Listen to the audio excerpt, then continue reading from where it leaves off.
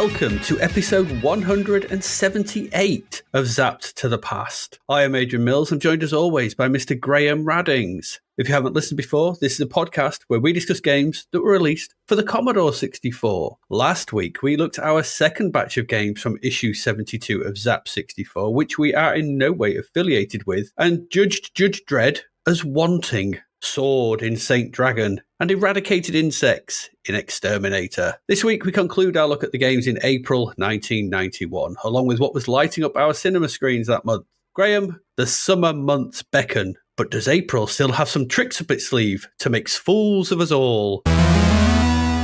Roll up, we have finally reached the final chunk of the Yogi Bar that was April 1991, a mixed month with some weird stuff in it. And so, finally, in a month that also saw the Compton Gamma Ray Observatory orbit the Earth, we head into the realm of the unofficial game sequel, and once again take our war helicopter and battle jeep out on the scrolling war-torn levels of another shoot-'em-up firing range, this time in the mighty SWIV. And then we shout, dive, dive, dive, make our depth 2,000 meters, and skulk around the watery depths of the ocean, avoiding rockets and such, in the second attempt at the game of the film, The Hunt for Red October. You know that the Compton Gamma Ray Observatory was the heaviest astrophysical payload we took into space at that time, coming in at a portly 16,300 kilograms. Now, before anyone says anything, I'm not fat-shaming a spaceship. However, it did cost $617 million, which is pretty expensive, and was then deorbited, aka deliberately crashed, because of gyroscope issues in June 2000. Was it too heavy for space? We'll never know. So while we ponder that complex conundrum, we play a game in the present where we go back to the past in a game from the past that is set in the past. It could be confusing all that, but thankfully it will all make sense when we play Back to the Future 3, before we finally head into a territory we've often liked, that of the single-screen C64 puzzle game, this time connecting the blocks and pipes in the interesting Loopz. Mercifully, there have been some fresh C64 midget gems amongst those horrible pocket-scraped fruit pastels, and as a result, the fillings in your teeth, at least for now, are relatively safe. Well, does it? It's the last batch of games from April. I'm going to call it April. I'm calling it April now. It's better. April Fool. April Fool. I'm calling it April now. So April's been and gone. April. Mm-hmm. Just what an odd collection it is. But it's we're getting to the scrappy doos, aren't we? Really, a little bit. Yeah. And I've also noticed something, which is that there's a lot of similar names keep cropping up now when we're making the game. So it's like, it feels like there's a cluster of about 15 coders left who are doing everything now. Yeah. And you'll see a bit of that in this episode. But you know what? This game's still coming out. That is the good thing. So, and I think that's quite impressive. So there's still stuff in there, and there is some good ideas in there still. There's still a bit of life in the machine, yeah. There really is as well. Just before we get on with the episode, I just did want to give a quick shout out to Deadlock. Ah, yes. He does the archive of the podcast, so kind of incredible, really, what he's done. You can go and look at download all the stuff. I think he's even incorporated the crapverts into them now. So when there's crapverts, you can go see them. So that's all cool. So thank you very much, Mr. Deadlock. It means it's incredible that you do it. It's ace. And if you want to go, there'll be a link in the show notes.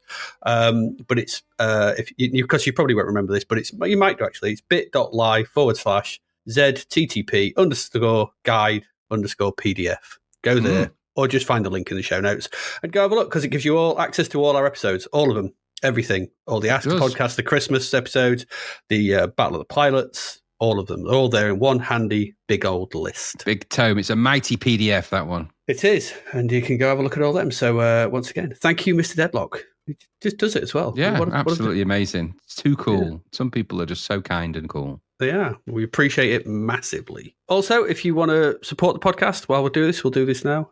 You can do that financially. You can join our Patreon at patreon.com/Zapped to the Past. Come along over there, join in the merriment and the fun and the games, and have a chat with us and everyone else that's active in there. It's very always good active, fun. Very active. Get the episodes ad-free and early. You get them on the Friday rather than a Monday. And anything else we can think of, really. There's loads of stuff.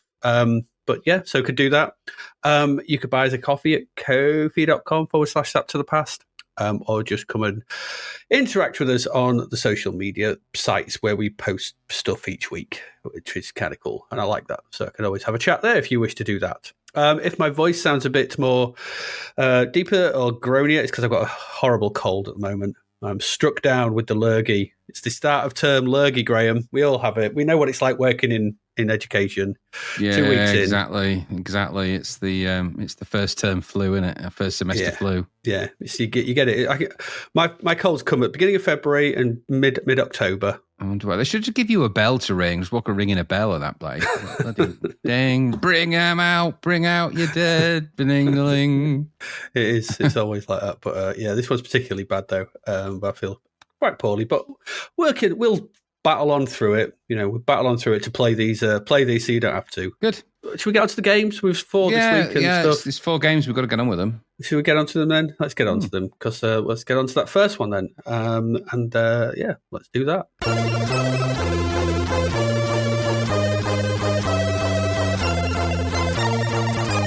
And Graham, it's over to you. Well, it's a sequel, I guess, of sorts. Ish, I suppose. But this is big on the Amiga. Is it also big on the C64? Tell us all about SWIV. And importantly, was it big in Japan? Big in Japan. All right. Just big in Japan. It might have been. Okay, SWIV then. 1099 this was on the C64. 76% it got in Zap, which is very odd. Mm-hmm. And the Amiga version only got a sumly 83% either. So that's just madness. And the review is very strange. Their review as well, but it is what it is. But that's their view. SWIV stands for the Special Weapons Interdiction Vehicle. I had to look up military interdiction as well. And so, just so in case you're wondering why they didn't put something simpler, a military interdiction is a military tactic that involves disrupting, delaying, or destroying enemy supplies or forces on their way to a battle. Interdiction can be carried out by air, sea, or other means. It's a military interdiction. So now you know. So because there are many meanings of interdiction, but that's the military meaning. Right. This was published by Storm. Of course, it was published by Storm. They seem to be publishing everything, don't they? This kind of thing. Yes. Yeah. Copyright is the Sales Curve. I've seen them before. The design is Ned Langham. He did Hades Nebula, Judge Dredd. I feel like I'm repeating myself a lot here. Design is also Robert Henderson. Now, he's an odd one because he did Jaws, which I don't think is a game we've ever looked at. No. And a game called The Dark Tower, which was reviewed in issue 1 of Zap. And this is also designed by Robert Whittaker. He designed Narc, Ninja Warriors, and Saint Dragon. All the games we've looked at in the past few weeks, episodes. This was coded by Paul Rogers. He did Time Soldier, which we reviewed in episode 153 and we thought was okay. Oh, that's good. It's also coded by Robert Henderson. He did Jaws and The Dark Tower, which was reviewed back in issue 1 of Zap. Hey, look, graphics, Big Ben. I just honestly, graphics, Robert Whittaker. He did Narc, Ninja Warriors, and Saint Dragon. Title screen, Robert Whittaker, and the musician here is Martin Walker. He did Citadel, Armalite, and a whole bunch of other stuff. He did, yeah. Now, I hope you're not wishing yourself that there was an amazing story to SWIV, because there isn't. On both the manual for this, it's uber light, and I mean like 3 sentences. And there's a little bit more blurb in the Lemon, so I will go through it, but it is very, very light. It says, SWIV, choose between a helicopter gunship or an armored jeep and prepare to enter enemy territory as part of the elite assault team of special weapons interdiction vehicles. Battle against enemy copters, tanks, submarines. We call them copters now. Tanks, submarines, hovercraft is full of eels, snowmobiles, mechanized flying fish. Mechanized flying fish? I'm not sure who wrote that. Might have been sneaked in there, but it is there. Giant weapons, installations, and much, much more in this vertically scrolling shoot 'em up. But beware! The enemy are armed with the latest deadly weaponry, including the lethal Silkworm 4 homing missile. Ooh, and then it just says, and I'm going to jump to the actual manual now, because weirdly, that isn't in the manual. I've got a copy of the manual, and it isn't that. But it says the only bits you get are SWIV, Secret Weapons Installation Verification, which is different to the other SWIV. But okay. How many have they got? This is a different Silkworm 4. But there you go. It says that's a missile that's in the game. That's all it is in this. I'll come to all of that. But anyway, SWIV. So the first SWIV is the Secret Weapons Installation Verification. And the primary objective of that, verify existence of the enemy's secret weapons installations and destroy them. Then there's SWIV, Special Weapons Interdiction Vehicles. Secondary objective, interdiction mission, the destruction by military force of all enemy units. So there's different kinds of SWIV for different kinds of occasions. You can SWIV how you like. I love that. I'm going to have myself exactly. One for the weekend, one for Sunday best. Secret weekend invitation, something or other. I don't know. Just, you can make up your own SWIVs is all I'm saying. And then it just says underneath that, SWIV, Silkworm 4. Mission warning. Use extreme caution. Enemy units are armed with deadly weaponry, including... All weaponry is deadly, isn't it? Generally in this sort of thing. Including the enhanced Silkworm 4 homing missile. Oh, so it's a homing missile. Now you know. So SWIV then. SWIV, the all-powerful SWIV. This was published on loads of stuff. Amiga, obviously, Atari ST, Commodore 64, ZX Spectrum, MSX. They're still doing games for that. The Amstrad CPC, and then the Acorn 32-bit. Goodness me, they must have struggled to find someone. That's like trying to find a needle in a haystack, finding someone who could code that thing. Goodness me. I mean, that must be the Acorn. Was it the Archimedes or something they called it? There's some lofty name for it. Anyway, that's its platforms. But SWIV, of course, was the big shoot 'em up on the Amiga. Now, just jumped to the Amiga version only briefly, but just to say that on the Amiga, it's considered one of the best top-down vertical scrolling shooters on the platform. And for good reason, actually, on the Amiga. The Amiga is exceptionally good. Now, that's not to take anything away from the C64 version, which I think we'll get into. So this is the unofficial sequel to Silkworm. I don't know if you know that. So this is, although it is technically a Silkworm 2 in almost every possible way, it's not official. That's not official. No. And it takes, but it just takes the format of Silkworm and just kind of turns it into a vertical shoot 'em up version, more akin to Xevious, I guess, Slap Fight, that kind of thing. You know, top-down shooters. Yeah. We've seen a lot of these kind of top-down shooters.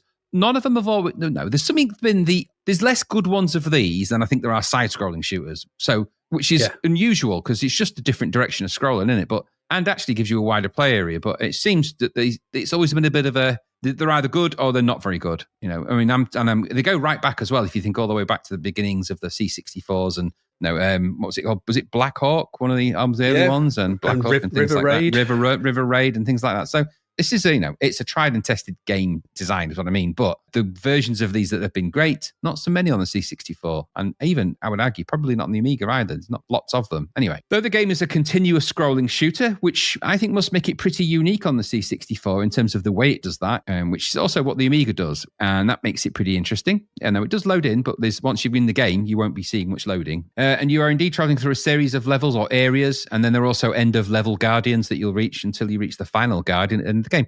I'm not exactly sure how many levels there are or any areas there are. They do change in sort of the way they look. I flew through about 3 or 4 when I was playing it, but I know there's quite a lot more. And then having looked at a couple of long play videos, because there's none of the instructions explain what they are, the zones, but there are some videos that kind of do, but I don't know if they made that up just to kind of give them an identification for the chapter index on a YouTube video. So I don't know that for sure. But I couldn't find anywhere that explained the names of them. They don't appear in the game when you get to them anyway. No. So in single play, you can be either the Jeep or the helicopter. And there are, of course, advantages and disadvantages to that. I would suspect the heart of this game is really to play it as a 2-player co-op if you're going to really have a good go at it. And that's quite unusual as well, to have a properly good alternate 2-player. So not playing the same thing, to playing 2 different vehicles. I know Silkworm did it side-scrolling, but this is a top-down view or vertical view. And that makes this game actually even more unique. So continuous scrolling of level and that, I think that sets it quite apart from a lot of the others. Something which Zapped seemed to completely miss. Anyway, so you'll get to the title screen for this. It's quite nice, actually. It had a nice Rambo-esque feel to the title, which is kind of fire behind the SWIV writing. I like that. It's also got a military-style typeface. Take note games that don't do that. And it doesn't need much more than that. It's very simple. There's obviously going to be a lot of this. Now, we played a demo of this, didn't we? Some time back off a cover tape, I believe. And we did, yes. I was impressed with the demo, and it came up with all sorts of lordy 17 million sprite animations and 52 billion. There's not that many, really, but it did come up with some pretty interesting stats. I haven't got them to hand, but I remember thinking if they can honor that in the actual game, it'll be something pretty cool. And I think they really did. So the game actually plays out quite simply in the terms of the UI. So when you start the game, there's simply 2 parts of the UI. Top left is the player 1 or helicopter, and that tells you the score. And I think the number of players you've got and the time I think you've been alive. Yeah. And on the opposite corner, top right corner, Jeep. Number of Jeeps you've got, score for that, and number of time that's been alive. What more do you need? What more do you need than Nothing. that? The play area, because that is actually overlaid onto the game screen. The play area is the rest of the screen. That is impressive. That is none of this. Remember the old days of the 1943 when it was in a little tiny box window? We were like, why have they done that? Postage stamp. Yeah, it kind of takes all them and goes, we didn't need to do that, you stupid idiots. We could have done it like this all along.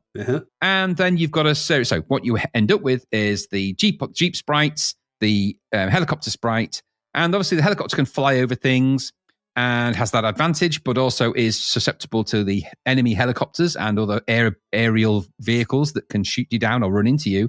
Obviously, your helicopter isn't likely to hit a Jeep, as in crash into it, but so it'll fly over them. But at the same time, your Jeep is held back by buildings and by rivers and things like that and bridges, and you have to sort of navigate the terrain a bit more. So there's pluses and minuses to using both. They're both controlled with the joystick, either in port 1 or port 2. Fairly straightforward logic to control them. You press the fire button to shoot. You can hold it down to continuously shoot. You move around. Occasionally, you'll get upgrades, which I'm not sure what triggers the upgrades. I couldn't remember if it was, or I couldn't see if it was, they just appear when you shoot certain buildings, I think, or certain things. The upgrades come when you beat one of the mini bosses, the 5 sort of part mini boss things. Yeah, and you can choose to upgrade your weapons, obviously, and the way that the weapons upgrade, I don't think there's more variety. It just changes the spread of your weapons a little bit. Yeah, you just get wider sort of. So it just ups the arsenal, but you don't get like lasers or anything daft like that in this. Nope. It's all grounded, and that keeps it quite simple, and that is as simple as the gameplay gets. Now, you control the helicopter and you shoot obviously straight upwards with the helicopter. The Jeep has advantages in that it can be, you can shoot in any direction. So you can sort of shoot in the direction you're facing. Now that is different to the Amiga version. The Amiga version, you can lock your turret when you're shooting, which means you can strafe, which is a massive omission for the C64 version. Not a game-killing one, but it does make the Jeep less capable of supporting the helicopter, which is kind of the point of it. So it just makes it feel like you've got a little bit, you've got to point at your enemies and shoot at them. And I found it a bit odd compared to the Amiga version. But that said, I played the Amiga version far more than I played the C64 one, and I was able to get by. And I just actually, when I played it one player, I opted more for the helicopter. Anyway. Yeah, absolutely. Yeah. The Jeep would be a tough crack for anybody, and believe me, this game's difficult. So, like I said, you control either joystick port 1, joystick 2, you start the game, you press the spacebar to join in as well. So if the game starts play 1 and player 2 wants to come in, I don't know if you can just press fire on the joystick in port 2. I didn't have another joystick to try that, but I pressed spacebar and the other player appeared, so maybe that's how you do it. And then the idea here, of course, shoot everything.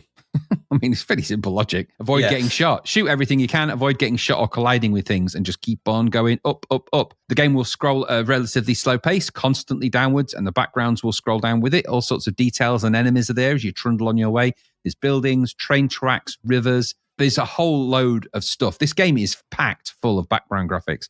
More than I've ever seen in any shoot 'em up on the C64 of this type, by miles. And they're quite nicely drawn and nicely rendered on the screen, and they've got nice shadow, and they've got nice little details on the ground. This is a nicely designed game. It looks really nice for a C64 game. Mm-hmm. And yes, the sprites are sort of medium res-ish, but they all look like what they're meant to be. They're all really controlled really fast, and there is no slowdown in this game that I encountered. Same can't be said for the Amiga game, which does suffer from slowdown periodically. Does have a lot more animation and stuff in it and a lot more going on, but that's beside the point. Here, the C64, there's bullets everywhere in this game. I would argue this is the first proper bullet hell game I played on the C64 where there isn't a price to pay for having that many bullets. They are everywhere in this game. It's really, really good like that. So, like I said, it trundles away, and then once you're off, that's it. You're on your journey. It does stop now and again for a level guardian. They're normally bigger, take a few more hits, and you've got to navigate those. But when you do that, like you said, you get maybe the power-ups, and then it's onwards and upwards, as they say, literally in this case. You can collect those upgrades. You can upgrade your speed if you like, and you can get bubbles as well, which will give you a shield. I felt your weapons powered up quite nicely if you do, with no slowdown issues at all. So you can have as many super upgrades as you like. Doesn't make a difference to this game's frame rate. It just keeps on trucking, which is kind of amazing, really. Yep. I think to be effective in this game, you need to work together, as the helicopters, like I said, cannot fly into the Jeep. So you can have player 1 provide cover, player 2 shoots things. If that's how you want to play it, I mean, 1 player is a good shoot 'em up. 2 players is probably a good fun thing, but you're probably going to get, there are moments when you're going to get angry with each other. I don't doubt that playing that game. Like I said, on the Amiga, it does have some advantages in terms of the way you can lock the guns to a direction. But you know what? If you don't have it on the C64 and you didn't play the Amiga one, you wouldn't know, would you? You wouldn't know about that. I thought the graphics throughout this are really, really good. They're not as good as the Amiga's, obviously, and the Amiga's graphics are exceptional. It looks like an arcade game. It's one of the first. Well, we said it last time when we talked about a couple of Amiga games. The Amiga is now really starting to step into its own Amiga games. There were a lot of the games, I don't know if you know this, Ed, you might probably do, but a lot of games up until this point were actually ST ports to the Amiga. There was loads of them done that way. Mm-hmm. So not many of them started to take advantage of the C64s. The C64. They wouldn't take advantage of that. No. Not many of them were taking advantage of the Amiga hardware properly, which is quite powerful, until games like Shadow of the Beast came along. And there's an excellent breakdown of Shadow of the Beast by what's he called? MVP? Is it MVP? YouTuber guy. Really cool guy. But there's a big breakdown of why that's a really important one of the most important tech demos on the Amiga in terms of games. But that's by the by. So this is of that style. It's very much an Amiga game using Amiga hardware. And so, history has taught us so far that the C64 versions are never really as good, or not quite. But every now and again, Defender of the Crown or Speedball, sometimes they are. They hold their own. Mm-hmm. And this is another one of those. So I thought the graphics, like I said, are good all the way through this. Very competent. There's enough detail in this to figure out exactly what you're doing. There's no question about that. Yes, it's lots of Commodore Brown at the beginning, but it all changes. And the backgrounds are varied, and it is interesting as well. Mm-hmm. And the bosses get bigger as well. And towards the end of the game, massive. There's a lot going on the screen. Like I said, you are on a C64, so there's that limited resolution and color palette. But you know what? I don't think you really care after the first wave of enemies. It's just blast everything. What I found myself thinking is, why haven't they made games like this on the C64 this way before? Why isn't 1942 like this, or 1943? Why aren't any of those games? Because this is doing nothing. It's not using, it's obviously amazingly well programmed and really cleverly put together, but it's not doing anything amazing that I just can't see how it's not like there's an evolution has happened and there's been some crazy thing that's happened. It just seems to me that this is just people who took the time to really think about what they were doing.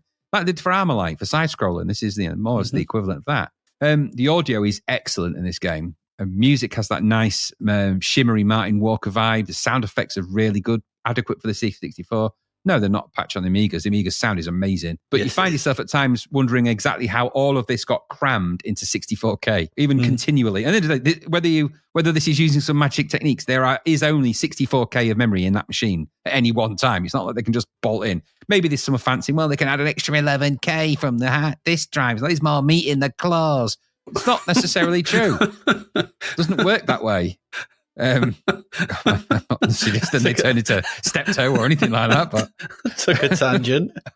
But what I mean to say is this, for me, this is not just a very competent arcade shooter, and which, yes, it's more famous than the Amiga, but this is, I think, one of the best coded vertical scrolling shoot-em-ups I've ever seen on the C64 by a mile. Now it's like this vertical scrolling Armalite. Now this sets a standard for how these games, and they should have always been this way. They could easily have been, and I liked it a lot. It's rock hard. And there are perhaps my main niggles with it. Really, the difficulty I found is off the chart. Now I'm 50 plus, so the difficulty might not be off the chart for someone who's not, maybe 15 plus or whatever. So I imagine someone with a faster hand-eye coordination and doesn't need bifocals really is probably going to have much faster reactions to this. But it is still amazing. It operates at such a pace. It's just really hard. But there's a lot to like. I kept coming back at it. I can't imagine that there's a lot of people that aren't going to enjoy this because it's just classic shooter territory. It is what it is. And I think even with the difficulty being as hard as it is, and I can't, well, for me, I couldn't imagine myself getting through it without some kind of cheat. I don't know how you would do it.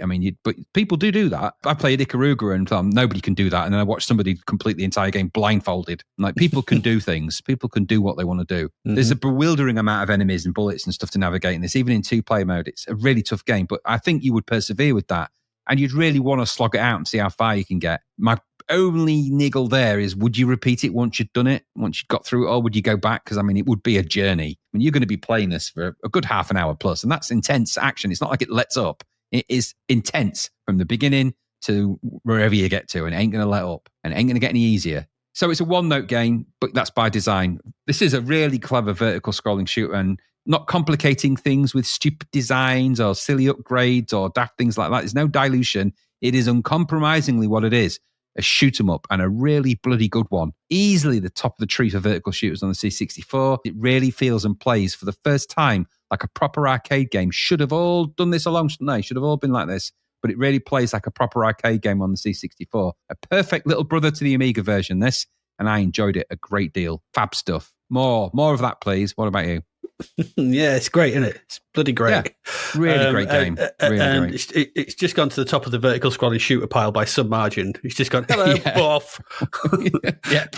The thing. I'll come to the Zap bit in a minute. But anyway, it's hard. I didn't want to go there, but yeah, I'll go there. Yeah, it's hard, but it's the thing with this game is it's learnable. We've always said this. I'm a big thing about this: learnable and design. So it's not just random waves just coming at you. So you can't. We've seen that in some shoot 'em up. So it's just like, I don't know what's coming next.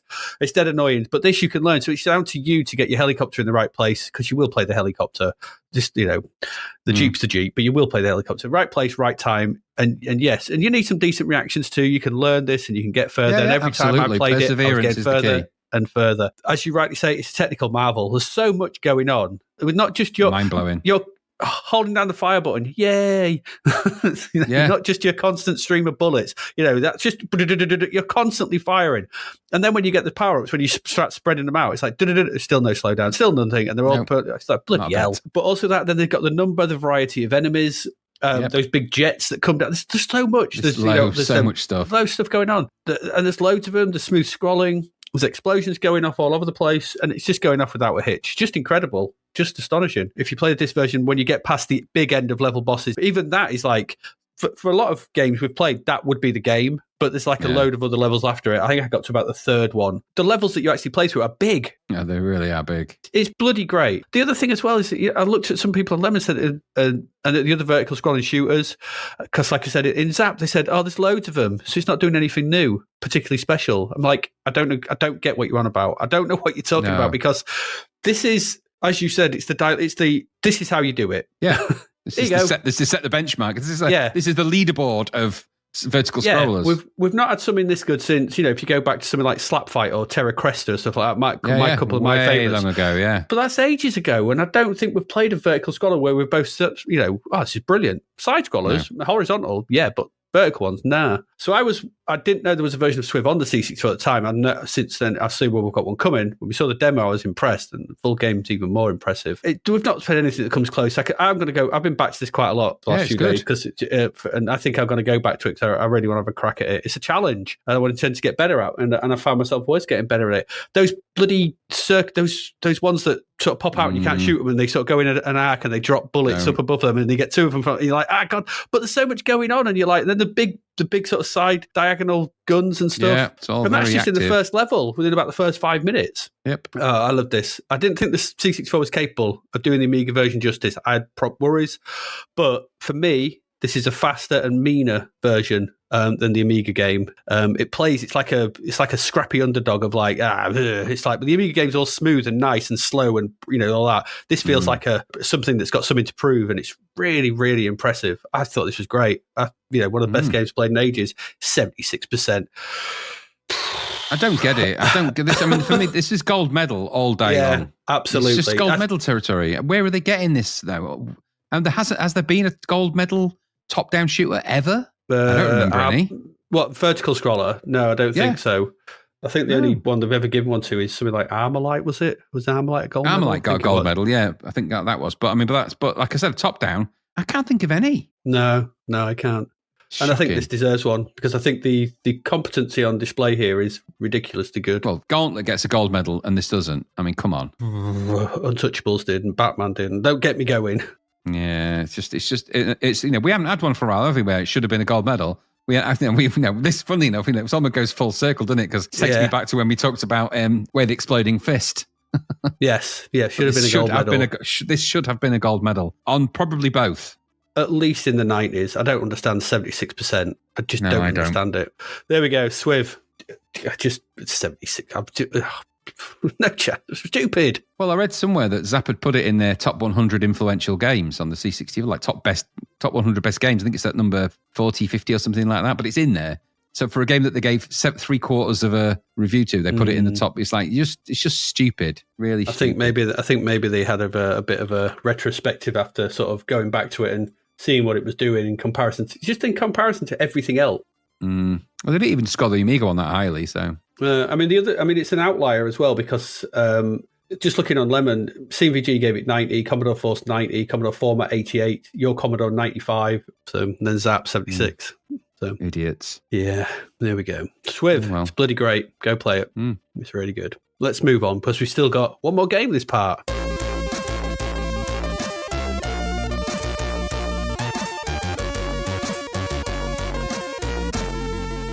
And that game, well, if we're talking about things feeling familiar, Graham, in the coding space, well, we've got another game for that. We had Judge Dredd last week. We'd already done a Judge Dredd game. And then this week, we've got the Hunt for Red October. We've already done a Hunt for Red October game. We have. we've done again. Anyway, this is the second game based on the film. We once again revisit Tom Clancy's Hunt for Red October. Oh, God. It's the second. I'm going to stop. It's the second. So this is the second game we've looked at. As I said, for the first game, whatever. The first game we looked at in episode 82, March 1988. And what we said about that version was that we enjoyed it more than we thought we would. Yeah, that's fair. That's what we said. So will we say the same about the new, sleeker, arcade-looking version of it? Don't know. So this was published by Grand Slam. They released the original version. So they've just done another version. Confuse anybody. No. Can I have the Hunt for October by Grand Slam? Here you go. No, I said Hunt for October by Grand Slam. I don't know what you're on about. Learn to listen. Yeah, listen. The producer here is Audio Visual Magic, which is the only game listed under them. Right, okay. AV Magic. The code is by Greg Modern, as opposed to Greg Classical, and Neil Crossley, who we have seen before. Neil Crossley does music mostly. He did the music for The Amazing Spider-Man and Chip's Challenge and some others. Okay. The graphics by Adam Clark, Andrew Pang, and Steve Bedser. Andrew Pang we've seen before. He did the Wonder Boy games, graphics for them. Right, Steve Bedser, we'll see. He's coming into his rotation. We'll see more in the future, but he has worked on Chip's Challenge and Back to the Future 2. Okay. The music is by Alistair Brimble and Neil Crossley. Okay. But I'm not sure. Yeah, I'm not sure who did what here because in the HSVC database, this game is listed under Neil Crossley, not Alistair Brimble. Okay. Brimble, sorry. So I have no idea what the split was. Don't know whether it was just a title screen tune or something. I don't know. Anyway, with all that out of the way, and for those who do not know, The Hunt for Red October tells the story of Captain Marco Ramius, who decides to defect to the US, taking with him a new Typhoon-class ballistic missile-equipped submarine, the titular Red October. This is equipped with a new Caterpillar drive, which makes it almost undetectable to normal sonar. Very good. In the US, a CIA analyst, Jack Ryan, figures out what he's doing and convinces the Navy to help him rather than blow him up, whilst the Russians try to track Ramius down and destroy both him and the Red October. It is an exciting story and a quality 80s war thriller, turned to a very good film with Alec Baldwin and Sean Connery in the lead roles, and that film is what this is based on. The other game, the 1988 one, was a strategy game based on the book. So they've revisited it, but taken it from the film this time. Okay, so this is a more stripped down and arcade take on the story, and it kind of tries to emulate the Ocean formula we've seen in games like The Untouchables, RoboCop, Batman, Total Recall, in having several parts of the game that all offer different challenges and ways of playing. So they've gone for that. We saw it in Back to the Future 3 last week as well. So we're seeing this kind of like mini game style thing, which is they've got going on. The game loads, it's got a good loading screen. It's got a drawing of Sean Connery, and it's like the conning tower of a sub breaking through some waves. And there's some okay music. Again, don't know who did it, but it's all right. Looks nice. Once loaded, we get a nice intro as well with a sub sort of moving through a bay. It's like the intro to the film, I think, and then a close-up. It's the beginning of the film, and then we get a close-up of the tower right in front of the screen. It's got Red October in Russian, which then turns into English, and then we get a split-screen image of the US and the USSR flags with Ramius in the middle, some suitably Russian-style music, which I think is a version of the film score. I'm not sure, but I think it is. There's nothing else to see here. Want to do some credits. Once you've watched this a couple of times, press fire to start the game. It's a multi-load disc, like all those kind of previous, ensemble type games that I mentioned. Each section loading in separately. I played a disc version, and it was a bit annoying having each section and mid-section loading separately. The loading gets in the way a bit here. It was a crack though, and there were some notes about it that had been fixed. It had been fixed for the NTSC version, and it was tough. They said because it uses a 24 sprite multiplexer, which is impressive, I guess, somewhere. Anyway, the first section loads, and as it does, we get a brief pause. We get a map screen showing us where in the Atlantic we are with a summation of what we need to do in the upcoming level.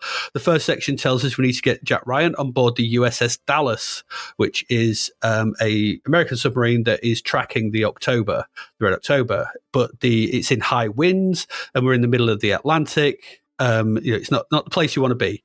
So when the section starts, when it loads, we get a static screen. Submarine takes up the bottom of the game window, and a large helicopter comes flying on from the top right. And it's got Ryan, the doors open, and Ryan sort of dangles out by a rope. Our job is to guide Ryan down whilst you battle the wind and get him safely atop the conning tower. Controls here are simple enough: up, down, left, and right to move Ryan on the winch. And then when you're above the conning tower near the top, you just press fire to drop him on. And once you've dropped him on, he'd automatically climb in. Nice and simple. The UI at the bottom is the same through all the sections. And so some of the information on the UI is only relevant to certain sections. So it shows the level on the left, the number of subs remaining, which is your lives. That's your lives across all the sections. So it's although it says subs, if you don't drop Jack Ryan on top of the conning tower, you'll lose a sub, which is a bit weird. They could have just put lives. And then there's your energy, and that only imparts again in certain levels. Then we've got the submarine's weapon counters, and we have missiles, depth charges, super torpedoes, surface-to-air missiles, and a couple of others. The issue here is that the instructions don't tell you what any of this stands for. The instructions just tell you it has a summation of the section, but has very, very light on detail. So it's like, what are they? I don't know what they are. So next to this is a temperature gauge. Again, I have no idea what that's there for, because it never seemed to play any part in the game. And then there's a drive type, and that didn't either. Not all of this is relevant.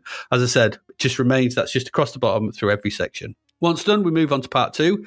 So here we take control of the Red October in a left-to-right horizontal shooter underwater, where we must destroy enemy subs and avoid incoming missiles from in front, behind, above, and below. Subs will shoot missiles at you, from in front of you. They'll drop depth charges from above. There are missiles from the back, and there are sort of missiles and stuff that will fly up, that will come shooting up from the seabed as well. Plays a little bit like a scramble type game in sort of places, but you have what it is. Every hit you take will reduce your energy. If you run out of energy, then you lose a sub. If you run out of your subs, it's game over. You get a nice game over screen saying the Russians have prevented the defection and blown up the Red October. Look, not nice as in, that's nice, the Russians won. Nice as in it's well drawn and stuff like that. The interstitial screens in this are very good. Your controls are standard 8-way movement, but you can fire different things. So if you press down and fire, it drops a depth charge below you. If you press back and fire, it drops a decoy, I think, behind you to sort of block, like a round one. Block the sort of missiles coming from behind. Up and fire fires a surface-to-air missile, and right and fire fires a super torpedo, which is essentially a homing missile. To fire normal torpedoes in front of you, you just stop moving and hold the fire button, or tap the fire button a few times to it'll shoot them. You can have a couple of them on screen at once. And that's it, really. You're just going through, you're underwater. There's avoid the seabed. There's bits you got to go through caves where there's sections above you as well. You got to navigate your way through them. It goes on for some time. There's no real change to it. You just keep on going. Supposedly, according to the instructions, you can change the drive to the caterpillar drive by pressing space, but it never worked for me. It didn't matter anyway. You can also pick up power-ups, which are grey squares with letters on them. And these are E, replenishes your energy. ST gives you more super torpedoes. I is for limited invulnerability. P is for points. S is for an instant smart bomb blowing everything off the screen. And D is for extra lives. And there are plenty of them about as well. Anyway, after a while, and just at some arbitrary point, it will say you've made it. It just stops and moves on to the next level. And so this next level, you need to get Ryan on board the Red October. This section is similar to the first one, but here you control a diving bell, and you must land it on a small white section of the Red October, which is at the bottom of the screen. The Dallas is at the top. And if you do that, and the next section loads in, it's quite tricky, that bit, because you've got a very small, the controls are a bit tricky, but it's probably the hardest section, this bit. If you do it, it's because you've got a very small target to hit. But if you do that, then the next section loads in, and you basically have a shot of the hatch. It's the hatch door. So the hatch is in the middle, and you've just got to open it by waggling left and right. There's a bar on the left, and it just fills up. When it's filled up, the hatch spins, and we proceed to the next level. Well done. You are now on board the Red October. Here, it's the same as we saw in level 2. So we're once again moving left to right. The slightly different layout of the second level, like I said, but with more subs and things to avoid. So it's exactly the same controls, just a bit different layout and more things to shoot. Again, just stops arbitrarily after quite a while. If you complete that, we get the final section where you control Ryan at the bottom of the screen, and there's 5. It's kind of like Cabal, I guess. You're at the bottom of the screen, and you've got there's inside the sub, and then it's 5 Russian enemies just pop up, and you just move the crosshairs over to them and shoot them. And what you shoot them, and that's it. You win the game. You get the final screen of the shot of Ramius and Ryan, and it just says that they're on the Penobscot River, or Penobscot River, I don't know how you pronounce that. And you complete the game. That's it. And you'll do that because this is another game that's ridiculously easy. Yeah, and I did it on my second go. And that's only because I lost some subs going for extra life and parts are inaccessible, and I wanted to see what happens when you die. So, but when I thought I'd die on the first one, see what the dying thing is. Then I went through it on the next go and finished it. I was like, oh, okay. So, from a presentation point of view, this is good. I thought the visuals throughout are pretty decent. There's some good interstitial screens at the start and end. Nice intro, well-drawn and defined sprites in the various stages. Everything looks okay. The subs look like subs. The missiles look like missiles. The various characters are okay. Everything's all right. The large elements like the submarines and the helicopters, when they appear, they're well-drawn.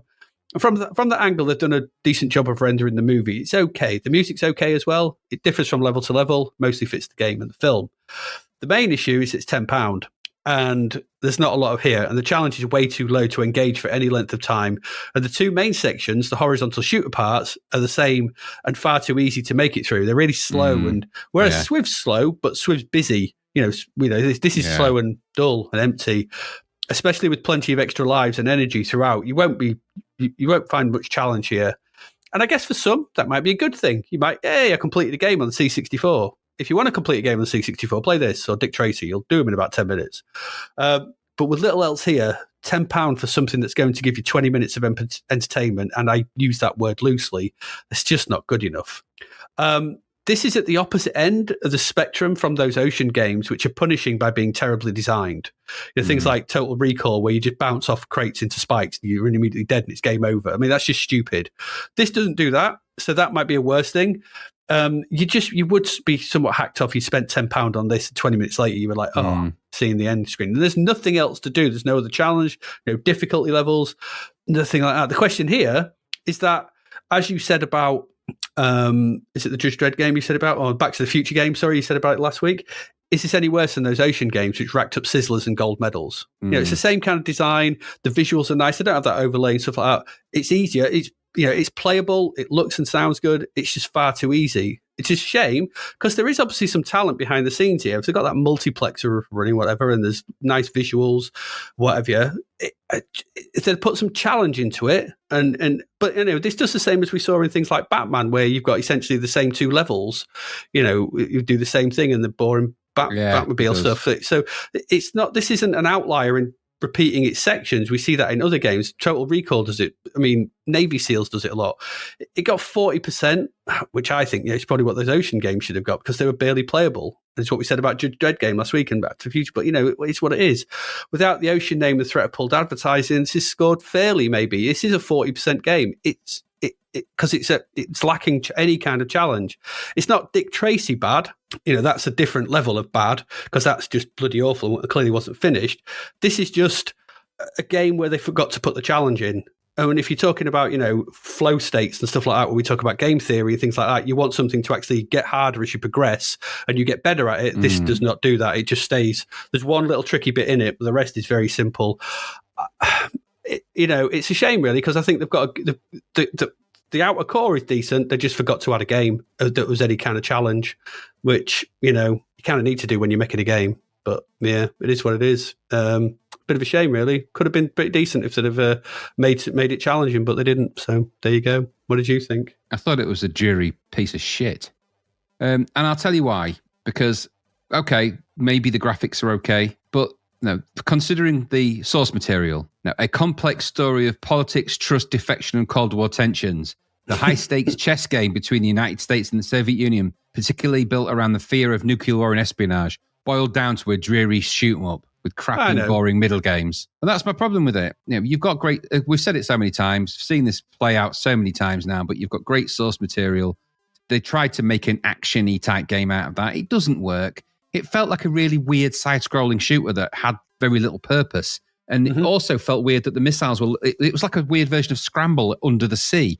Now, we've seen this kind of thing done better. Navy SEALs did it better. Navy SEALs is a better Hunt for Red October game than this, by miles. If you're going to go for that kind of action game. Yeah, because Navy SEALs is more submarine-based and more action-based. Are you thinking this was the right game? Navy SEALs is the walk around the map. She was the one that started with the boats at the beginning. That was Navy SEALs, wasn't it? Was that Navy Moves? Navy Moves. Sorry, Navy Moves. Yeah, I'm thinking that. But this is Navy Moves is a better version of Hunt for Red October in the context of what they've tried to do here. Yeah, okay. Because this bears no resemblance to any. It's got Sean Connery's face at the beginning, all right, and it's got the words Hunt for Red October on it. But there's no leaning into anything other than that. So they've stripped out and made it into kind of an action game. Okay, fine if you're going to do that, but then do it well, and it doesn't. Yeah. And so there's, you don't feel like you're underwater, because it just feels like you're in a cave under a blue background. It may as well be sky for the difference it makes. You need other things in there to make it feel a bit watery. Give Scuba Kids a bit of a look over and see what they did there to make it feel like you're underwater. Just if you're going to commit to something, then commit to it. This feels like they just didn't commit to anything. Should we make it a shooter? Yeah. How complicated should we do it? I don't know. And then so that's as far as the thinking went. And this is what you get, a dreary shoot 'em up based around something that could have been so much more compelling, but they couldn't be bloody bothered. And what's weird is this is the same company making it. So it's like, why did they even do it? I don't get it. Maybe they were asked to, I guess, or paid to. I don't know. But either way, for me, I thought this was really boring. It was a boring game. And I didn't get Cold War tensions and high stakes anything. I just thought I was playing a crappy submarine-based shoot 'em up with very little to shoot at and dead easy things to avoid. I mean, it wasn't like it was hard. So, I didn't enjoy my time with it at all. I thought it was boring. And I just thought, it just seemed a shame because The Hunt for Red October is actually quite a good film. And there's so many good bits in it that you could really make into something if you're going to do it like this. But Navy Moves, sorry, not Navy SEALs, Navy Moves does it so much better. So go and play that if you're going to play a game like that. And it is rock hard at least. So you're not going to get through it in 2 minutes. Yeah. Whereas this, you'll do it in 2 minutes, 10 minutes, and for 10 quid, get lost. Nah, no. Yeah, you're not wrong. You're not wrong. But I think my argument was like, this just feels like the ocean games to me. It's just another one of those, and it frustrates me that they get gold medals and this gets 40%. I don't know. Maybe I'm seeing something that's not. Or I'm not seeing something that's there. I'm not seeing anything that shouts Hunt for Red October at me. This for me. It's almost up there with. So that's what we said about the Untouchables. Exactly. I'm not saying it. It's exactly the same problem. They've got rich source material. They're not leaning into it. And if you want a game that's more, Russian than this, go and play Red Heat. At least it's moderately more Russian. Or Raid Over Moscow. Yeah, or Rasputin if you really want to go for it. But, yeah, we could do that. But this is a game featuring submarines. It may as well be called Sub Hunter or Sub Shooter or Subterranean, whatever. But it ain't what it ain't is Hunt for Red October. It's just got that name on it to sell it, which is that is a template that we've seen many times, and I don't buy it anymore. No, it's not. It's not worth the money. It's just if it had had some challenge, I'd have been like, okay, all right. If it, they'd have lent into the bits and a bit more stuff here and there, but they just don't. Sean Connery would not be pleased with it. He would not be pleased. No. Not at all. He didn't feel the Cold War tensions or the high stakes chesh. It's hard to say. There's so many in that. It's crazy. Politics, trust. The Commodore 64 version is shit. He would be saying that. That's what he would be saying. There we go. Anyway, that's it. That's our first two games for this week. We're going to go away, take a quick break, douse ourselves down, and come back when we're going to be looking at what was going on in the cinema in April 1991. So please do stay with us.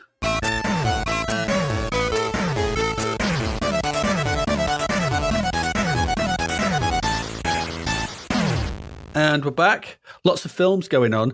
By the way, I just want to, before we get into the films, right? We were talking about how many films we're kind of looking at each month because there's loads. And I don't actually put them all in because there's lots of sort of obscure foreign stuff that we've got nothing to say on.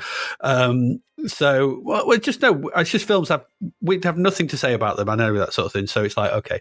But I looked back at our first year when we did the podcast in 1985, and on the website I get the number of films from, there were 47 films all year. Wow. Okay. Considering we get that in about 2 months now. Yeah, there seems to be a lot of films about, not all of them good. Not all of them are good, but it's just like the rise of the multiplex, isn't it? It's like the rise of like multiple screens and just get stuff released. Video, and straight to videos is now upon us, isn't it? So, but these are all hitting the cinema screen, so it's like I couldn't believe there's only 40 odd screens. I think February. Well, they're hitting the UK cinema screens, and that's not necessarily going to be hitting everywhere at once. True, but I thought it was quite interesting that the number has gone up considerably. Yeah, anyway, 5th of April, you could have gone seen The Miracle. You could have. I wouldn't have, though. Neil Jordan film about two teenagers, Jimmy and Rose, who Jimmy basically sounds like she starts to stalk some woman. Yeah, I mean, who played by Beverly D'Angelo. He's more famous for Interview with the Vampire. I was going to say, there's other films. This must be one of his first ones, is it? I don't know. But well, no, one of his first ones was Company of Wolves. Yeah, that's right. Yeah, that was crap, wasn't it? That it's not good. He won an Oscar for The Crying Game, didn't he? Crying Game, that's the one I was trying to think of. That's the one I remember him for most of. That is very good, actually, that. I watched one of his films recently, actually, which I'd never seen before. My partner sort of recommended it, a film called Byzantium. Have you seen it? No, I've not seen that. It's a vampire film. It's like set in a seaside town. It's got Gemma Arterton. It's quite interesting, quite decent, actually. Quite unusual. Okay. You didn't say the word good. It's escaped you. It hasn't escaped your lips. It's interesting. It's unusual. But you didn't say good. It is pretty good. I quite enjoyed it. So you're not selling it to me with that. It's like, I know what you're like. You probably wouldn't like it. So that was a masterful review avoidance. That was, just no committal to that. I mean, if you're not committing to what you're saying, I'm not into it. I thought it was good. I enjoyed my time with it. You see you doing it again, Mr. You're such non-committal. Not excellent, not great, just it's good. I enjoyed my time with it. I enjoyed my time with plasticine. I enjoyed my time with all sorts of things. It's got some really, really good imagery in it as well. Just forget it. That's it. You've undersold it now. It's done. Good imagery. Come on. Well, it's a cinema film. Of course it has. Not every film has good good imagery in it. Well, exactly. Anyway, that's my point. This one did, though.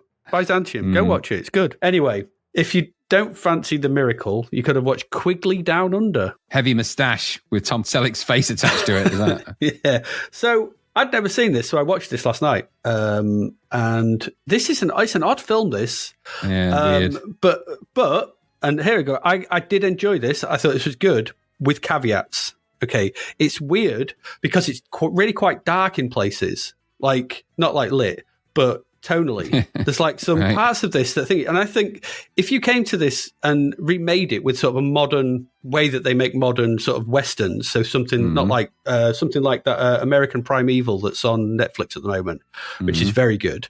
This could be really good. There's some really dark elements to this, but it's undercut by Basil Polidoris's pretty jolly score. And some silly moments in it which don't really fit the film, because it's like got themes in it like grief, remorse, revenge, colonialism, all this kind of stuff going on in it. But then it's oddly put together. I think I have a feeling that there's the studio interference in this. Because it's funny you say that, because that is kind of a 90s thing. Yeah, that's what I think. Because I think they looked at this and went, this is way too dark. We can't put this out. There's a sequence in this where, because there's the first people, I think the first people is the right term, Aboriginal people. There's a bit where the white British sort of Australian guys sort of thing are just kicking them off the top of a cliff. Which you're like, wait a minute, isn't this a light-hearted Tom Selleck thing? It's like, no. Well, I think therein lies your problem. So Tom Selleck's bankability at the time. Yeah, exactly. Studio bankability. They've even named it something kind of silly. Yeah, they've named it something silly, haven't they? Quigley Down Under doesn't sound like the kind of film where you expect to see people being kicked off cliffs, does it? So no. It sounds like a Crocodile Dundee type film, which is, I suspect, how it was pitched. Yeah. And then they've made this and gone, that's not Crocodile Dundee, that's Crocodile Dundone. Yeah. But it's worth a watch, because there are some, but I think if you took those... That's 3 butts in a row. I know, 3 butts in a row. If you took those elements and rejigged this through a modern lens and read that there's a decent film that you could do here, and they wouldn't have to sort of include those jolly elements because it doesn't need them. Maybe. I've never watched it. I was never a big Tom Selleck fan, really. He's good in it. I enjoyed it. I've just said I'm not really a fan of his. Just told you that. Don't like it. Man can't make a pan of chips. Sorry, if you can't make a pan of chips, you shouldn't be saying you can. Well, ruined several parties with that trick, this stupid idiot. Chip pan fires are not fun, let me tell you, especially his. That's true, actually. He's always got his moustache too close to the flame. Oh, that guy and that moustache, honestly. Do you know that actually grows at an unusual rate for a moustache? It's like 6 times the grow rate of an ordinary one. So he's constantly trimming that with garden shears, and normally in front of people at parties. It's horrible. Horrible. Sorry, I digress. I'm just having a bit of flashback to when he set his fence on fire with his chip pan demonstration. Stupid idiot. Yeah, and you don't want to know about his down under either, how fast that grows. Nobody can cook a frozen chicken in a chip pan. Anyway, don't get me started on that. Not like that. Let's move on, because the next film is Q&A. with Nick Nolte this time with a heavy moustache. Absolutely. And a film I watched this afternoon because I'm in Phil. So I sat and watched this afternoon. It's Sidney Lumet film, which I didn't realise. It is, yeah, Sidney Lumet, yeah. His daughter's in it, or someone. There's another Lumet in it. It's okay. It's all right. It's very much of its time, and very much Sidney Lumet. If you go in thinking that, it's exactly what you'll expect. Yeah, it's no 12 Angry Men, that's for sure. No, I've never seen it, and I'm never going to watch it. I remember seeing the video box, and nobody ever rented it, so it just sells it to you. I can see why. If you didn't pardon me, if you didn't fancy either of them, you could have gone seen Mr. Johnson. I would never have come to the cinema where we were. It might have gone to the Whitgift, maybe, but I wouldn't have seen it either. It's just not my thing. No. 1923, a local resident of British colonial Nigeria tries to be equal with the colonial administration. Probably quite a fascinating film to look at now, but I wouldn't have gone to see it back in my teens. Maybe. If you didn't fancy that, then there was always Auntie Danielle. Now, I got this confused with another film that's about an evil auntie because it looked arguably similar, but and I couldn't for life remember what it was. But this is a French-directed film, so I wondered if it was all to do with the same thing because that auntie something was another French movie that was about an evil auntie. So I don't remember it. I don't remember. And again, I don't know what's happening, but I'm not watching a lot of these films really.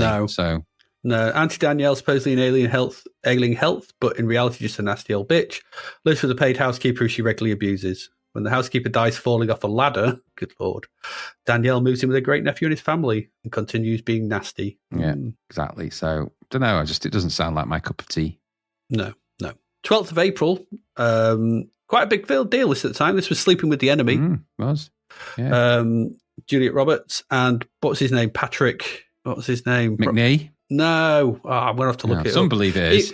He was the other Robin Hood. Kevin Costner in the other Robin Hood film that nobody remembers. Yeah, Patrick Bergen. Right? Okay. Yeah.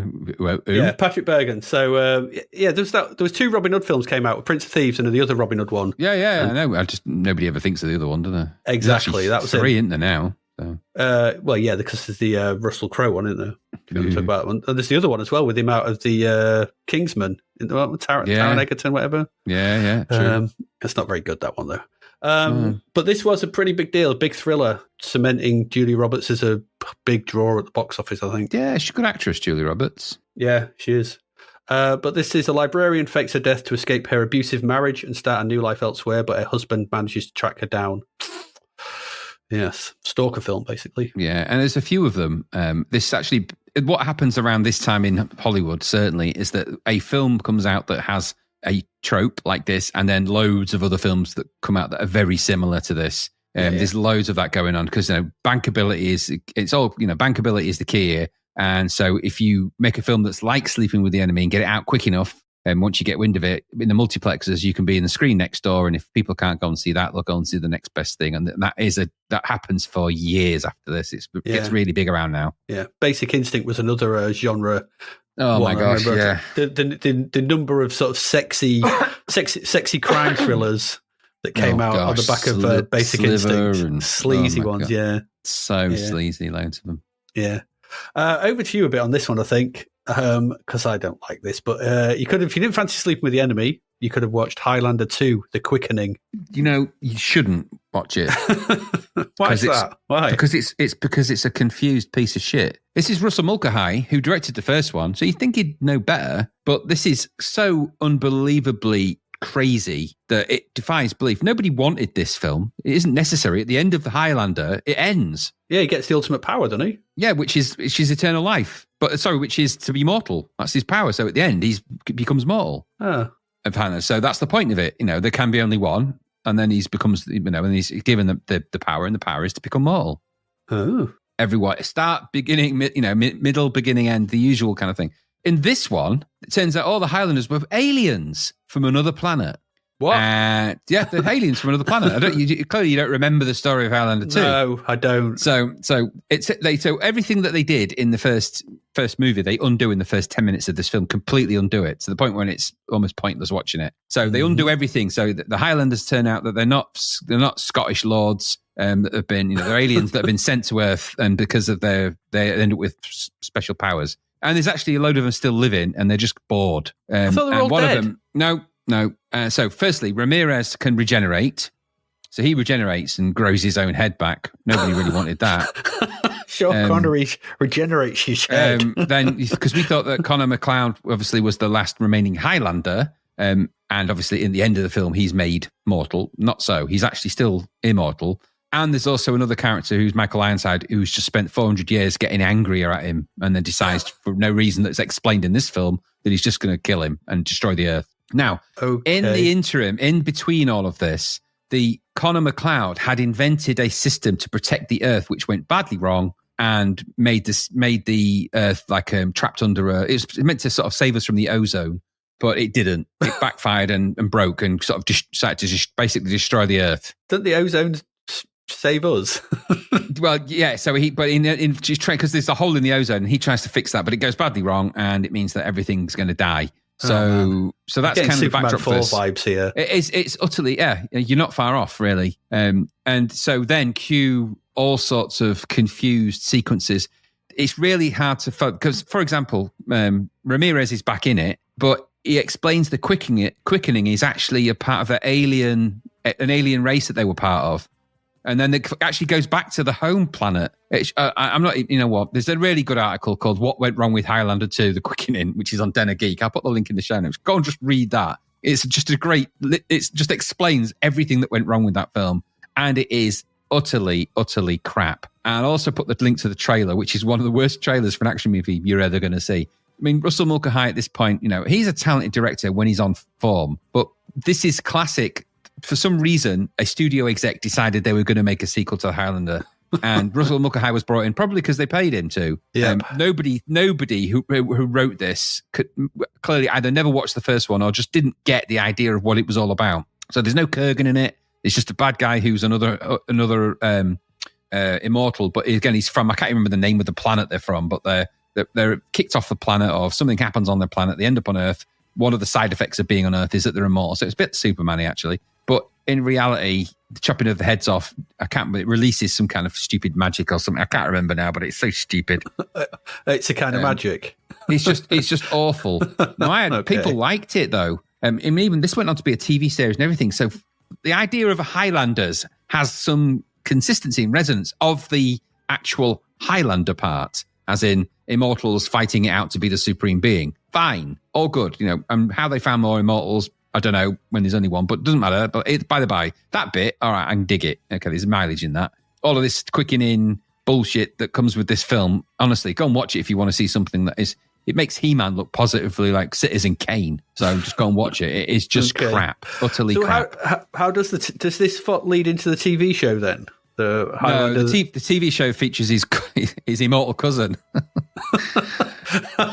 I think it's his cousin, or is it his uncle, or he's a relative of Connor McLeod's. I can't remember his name. But the Kurgan's back in, I think, in the TV series, which is what it should be. Okay. But in this one, I can't remember if they How's he explain back? He's dead. He got his head cut off. Well, there's a Kurgan. I'm not saying it's the Kurgan, but it's the TV series. I'm not exactly sure. I am not going to watch it unless we have to watch it for Battle of the Pilots or something. But this film does not, if you want to watch a film, undo all the great work of the first film, such as it was, in 10 minutes. And I mean, that's from the opening credits, 10 minutes in, they've undone everything you knew about Highlanders, everything to the point when you're going, they were aliens? So you can't change. The Kurgan is there can be only one. There's a Kurgan. It is the Kurgan. You can't change that to a Kurgan among many. Well, it turns out they weren't from Scotland. They were from another planet. They just have weird Scottish accents. That's convenient, actually, when you think about it. Ramirez, man. Well, of course, he's the Scottish Irishman playing an Egyptian with a Spanish name. So I suppose really the background for this was all confused anyway, but this film just makes it even worse. So go and watch it. There's loads of stupid bits where they're flying around on wires and all sorts. Oh dear. There is one good sword fight in it. I'll give it that. It's got one good sword fight, but that's it. Okay. Well, if you didn't fancy that, and why would you by the sounds of that, you could have gone seen Impromptu. In 1830s France, pianist-composer Frédéric Chopin is pursued romantically by the determined, individualistic woman who uses the name George Sand. I've never seen it, but that does sound quite good, actually. That sounds peculiar, doesn't it? Yeah, okay. If you didn't fancy that, then there was always the Bonfire of the Vanities. Yeah, I suppose you could go and see that if you wanted to. I'm not Brian De Palma, isn't it?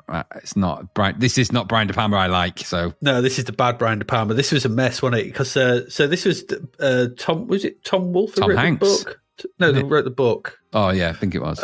Was it Tom Wolfe? I can't remember. Because this was a book that gained a lot of notoriety. It was a big book at the time, and then the thing, was. and then they basically just, I don't know, they miscast it. You had, was it Bruce Willis as the good Bruce Willis and Tom Hanks in it? Yeah, Tom Hanks, and they were playing against type, and it didn't work in the slightest. Oh no, it's so bad. And it was massive flop. This, so this is one of Hollywood's big disasters, isn't it? Have you ever watched it? No, I say that. That's not true. I started to watch it, but I got Brian De Palma frustrated very quickly. These films, I get so far, and I'm like, I can't stand it because I know how good a director he can be. Palma? Yeah, it's so shocking, and it's really bad acting. I mean, like bad. So, and that's, I mean, Bruce Willis, all right, he's not the greatest actor in the world, fair play, but this is just totally miscast in every direction. And then you've got, what is a really good director mishandling everything around. It's just shocking. I mean, Tom Hanks is a great actor, and you can get good performances out of Willis. I mean, I always like him in the M. Night Shyamalan films, Glass and Untouchable. Unbreakable, sorry. But he was never going to be cast well in this. It's like he did a few films around this time, Bruce Willis, and some of them were good. A lot of them weren't so good. Yeah, we've got Hudson Hawk coming at some point, haven't we? See, I really like that, but I know you do. It's just me. 19th of April, there was just Hamlet, the Mel Gibson one.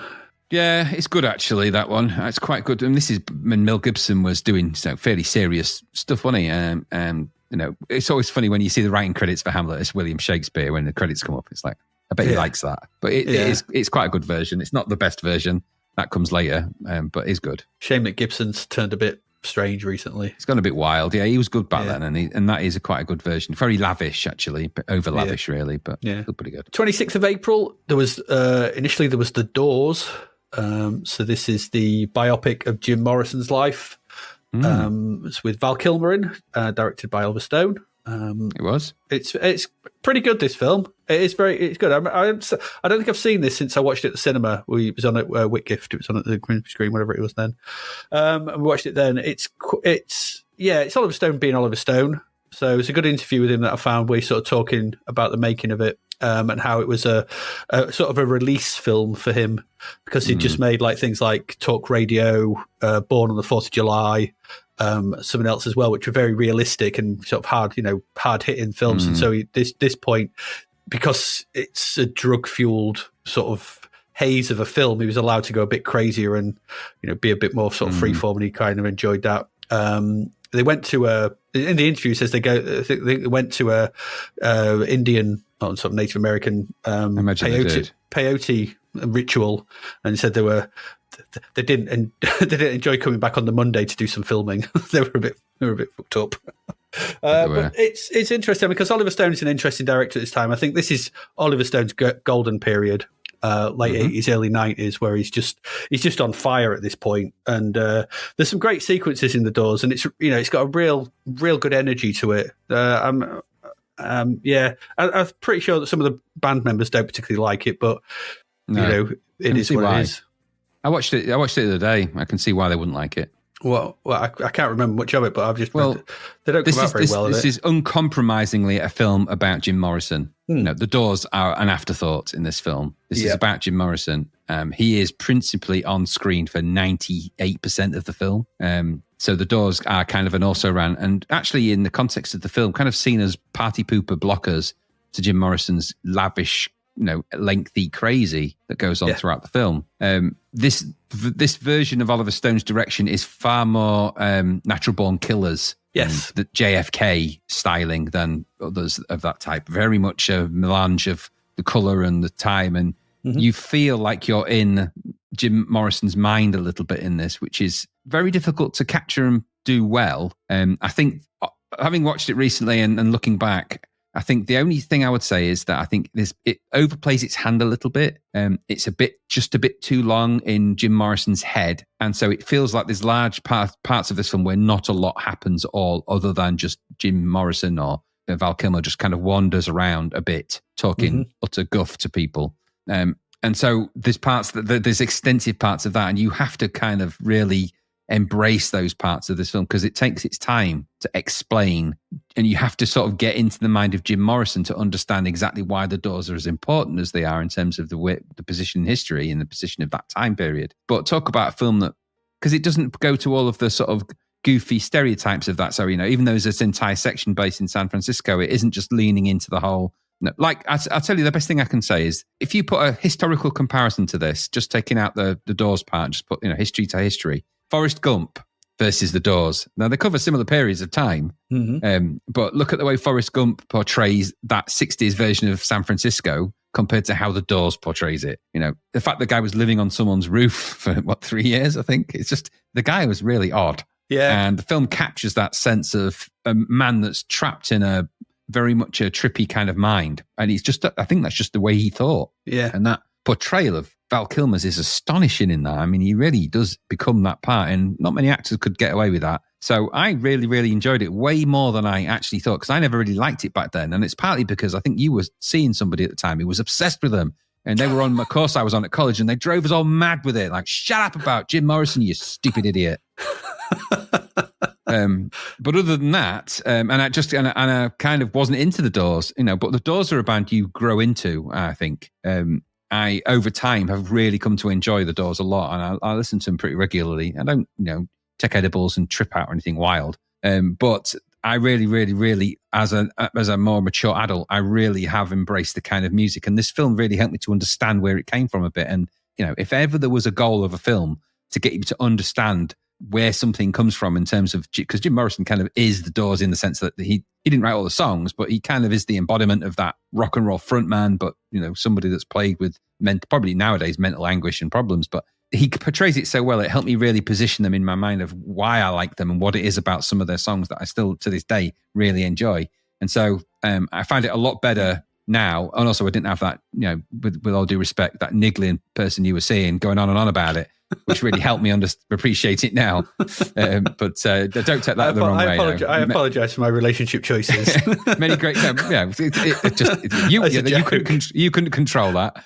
But I tried. Trust me, you weren't with her all the time. Shut up about the Doors. She drove me crazy with that. And I wouldn't even, I wouldn't even, she was just in my groups. But that's by the by. No, that's ancient history. This film is something that I've been watching a lot of Oliver Stone movies and I'm trying to redress the balance of being quite dismissive of some of these films and these directors back then. I'm picking out only the good ones and not watching all of them. I've done it all with I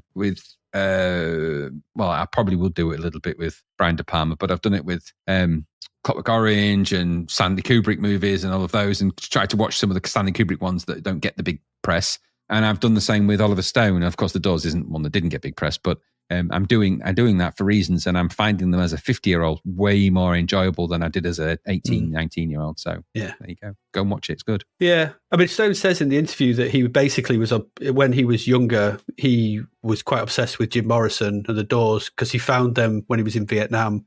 The music and everything, and they were heavily taking LSD and stuff while they were in Vietnam, and it was part of that whole trail. So he was, he was quite obsessed with Jim Morrison and what he presented and the way he was as a man, as the way he looked, everything like that, and things like that. And like I said, this was his sort of let loose film, and then he went and did JFK and I think Heaven and Earth, and then, as you rightly say, he basically likens this to go, this was the end of that period, and then I did Natural Born Killers as the end of my next period, where I just have to let loose. I have to, but Oliver Stone's quite, his films are, I always liked his films because I used to really like editing, and the editing in his films is always really solid, really incredibly good. The way films are cut together to produce these narratives, they're just really, it's excellent stuff. No argument from me. And it's also worth remembering, if you do want to listen to the Doors, that the album they record in the movie, which is the one that everyone remembers with the Light My Fire on it and things like that, they recorded that. No, the Doors were amazing musicians. It's easy to just see the Doors, Jim Morrison. They're amazing musicians. The album was completely recorded in 6 days. The whole thing, start to finish, recorded, produced, ready to go, 6 days. I mean, considering how high they were, that's amazing. I mean, the Happy Mondays couldn't do that in 6 months. No, they probably couldn't. That's why Oliver Stone has not made a film about them. Yet. Called Sean. Just called Sean. Sean and Bez. If you didn't fancy The Doors, then you could have seen Scenes from a Mall. Nah, I'm not going to see that. It's Woody Allen, isn't it? Woody Allen film, I think it is, yeah. Is it Woody Allen? Yeah. It sort of sounds like one. Yeah. Quick Change was also out that week. Bill Murray, Gina Davis, Randy Quaid. Is that the one where they dress up as clowns? Yeah, we went to see that the week gift, me and you. Yeah, it's one where they dress up as clowns to rob a bank or something, isn't it? Yeah, I remember. Yeah, because he opens his jacket and he's got all the bombs and he goes, "I'm not Mr. Happy today," or some cheesy one-liner that, he comes out. Yeah. I don't seem to remember that being okay. I remember it having Kim Cattrall in it, though, for some reason, but maybe it does. No, it's Gina Davis. If you didn't fancy that, there was White Palace. Lust turns to love for a 40-ish working-class woman and a 20-ish yuppie ad man with little in common. That's Susan Sarandon and James Spader. Yeah, see what we said about sleazy thrillers and stuff. Yeah. You know there's going to be some corridor sex in that one, without a doubt. In the rain, probably. Someone's going to be pushed up against the wall in brown. Yeah, someone's brown going down tones. Going down a back alley and not in the way you might think. No, true. So somebody's going to run their hand up a rib cage. Oh, there's a lot of that, yeah. Dress going up a thigh, yeah, absolutely. Yeah. Head thrown back. Lots of arched necks. Backlit, with the negligee on it, whatever time of day. Doesn't matter, does it? 4:30 in Asda, aisle 3. Yeah, exactly, yeah. The fridge lights behind them. Oh, clean up in aisle 3. I'm not doing it, Terry. I'm not doing it. I'm not doing it. It took me ages to clean the mop. The mop still hasn't uncrusted. I've had to talk it. It won't come out no more, the mop. It was that thick I could form peaks. Bloody Sarandon and Spader. Get out my Asda. Get out. Bog off to Waitrose where you belong. Spader. I'll get you, Spader. Yes, that probably happened too. Probably did. If you didn't fancy that, there was Wings of Fame. Never heard of it. No, Peter O'Toole's in it, which means I want to watch it. No, I never forgave him for Caligula. So no, or the death of my boy. No, once you've seen Caligula and Peter O'Toole's performance in it, you can't unsee it, and that forever cements that image of him going, little boots. That cements that in your mind forever, and that's it. You're done. Him shouting more conviction and then stabbing somebody who drinks too much wine, and all the other perverted weird shit that's in that film. No, I know Gary loves it, but I'm not saying it. I know that's each to their own. But no, not Peter O'Toole in it. No, dirty. Ugh. Well, okay, that was it. That was your cinema. That was the cinema for April 1991. An odd concoction of films. Yeah, so outright for April. Yeah, but there you go. So we're going to go away, take a quick break and wipe away the images of aisle 3 in Asda from our minds. And we'll come back. We've still got 2 more games to cover and the normal end of month stuff. So please do stay with us. And we are back for the final part of April 1991. 2 more games to cover. We're back in Hollywood, Graham. We are back where we belong. We are Back to the Future Part 3. Tell us about it. Okay, I will. You will. This was $10.99, 81%. This was brought to you by Imageworks and published, and developer was Probe. The designer is Hugh Riley. He's done loads of stuff. Hugh Riley. Hugh Riley. Yeah, Hugh Riley. Coded by Simon Nicol. He's done loads of stuff as well. I didn't find all the games for these because there's loads of them. There's, Simon Nicol, take your pick. Microrhythm. He did that, didn't he? I think. Was that Simon? Yeah, he did. He did Nemesis. Simon Nicol did Nemesis. Hugh Riley, famous for loads of stuff. Probably Last Ninja. Crazy Comets. Simon. Crazy Comets. That's it. Mega Apocalypse. And he still does stuff in the games, I think, now. I think to this day, Hugh Riley, Last Ninja, and dozens and dozens and dozens of other things he's done. Musicians are Charles Dean and Jeroen. How do we say that? I can't remember. We'd agreed to say that one now. I don't know. Mr. Tell. It's Mr. Tell. Mr. Tell to you and me. And so potentially the Maniacs of Noise, but here not credited as such. And the box art was Drew Struzan. This was released on a whole bunch of formats, actually. Unsurprisingly, released on the Commodore 64, of course, but also Amstrad CPC, Spectrum, Atari ST Amiga, Genesis, and DOS, and the Sega Master System. Ooh. 2. No Sword of Japan? No Sword of Japan. Well, the Sword of Japan gets a bum's rush, doesn't it, here? So I'll give you a little rundown. So where are we at with the Back to the Future stuff? Well, in Back to the Future 3, Marty McFly travels to 1885 to rescue Doc Brown, who's stranded in the Old West. With the DeLorean out of fuel and Biff's ancestor, Buford Mad Dog Tannen, causing trouble, Marty and Doc must find a way to power the time machine before Doc meets his untimely fate. Along the way, Doc falls for schoolteacher Clara Clayton, adding a romantic twist to the adventure. The film wraps up the Back to the Future trilogy with a thrilling steam train climax, bringing the time travel saga to a satisfying close. That's the kind of rundown of that. Now, the instructions for this, there are some instructions for this, and I'll read from these because we'll sort of, it's important that we do because of the way that it sets up the premise and this, how the game sort of works. So in this, it says the story so far, Marty's in big trouble. Having returned to 1955 to try and stop the evil Biff from changing the future for his own benefit, with the aid of stolen sports almanac, he and Doc Brown have managed to do just that. But when the flying DeLorean with Doc inside is hit by lightning and disappears, Marty is left stranded in 1955. His troubles are far from over. Seconds after the Doc's disappearance, Marty receives a letter from him dated 1885. After being catapulted back to the Old West by the lightning bolt, Doc has decided to settle down there as a blacksmith, explaining that he's quite happy there and wants no help from Marty. Also included in the letter are specific instructions on how to find the DeLorean, which the Doc had hidden in a disused mineshaft, and use it to get Marty back to 1985. So the Doc handily leaves that, but doesn't want to be disturbed. But when Marty and Doc return to the mineshaft to discover the DeLorean, they discover in a nearby graveyard a headstone with Doc's name on it, dated just a few days after the letter to Marty. Realizing he has to save the Doc before he is killed, Marty uses the DeLorean to travel back to 1885. Okay. Mm-hmm. And then it says, now it's up to you in the roles of both Marty and Doc Brown to save the day and return everyone safely to their own time. That's the plan. It's not going to be easy, thanks to the appearance of Buford Mad Dog Tannen, the first in a long line of the evil Tannens of Hill Valley. He has been gunning for Doc since he arrived, and now he's gunning for you too. Back to the Future Part 3 is split into 4 sections, which you must play one after the other. Each section represents a famous scene from the movie. So if you've seen the film, so much the better. The sections get progressively harder, with the final section in which you must get back to 1985 once and for all, the toughest of the lot. But don't worry, we'll give you some help along the way. You may pause the game during any of the sections by pressing the H key and pressing it again to continue. That doesn't feel like a lot of help. Was it that? It doesn't. That's not a lot of help. You can pause it. Oh, great. You can pause it.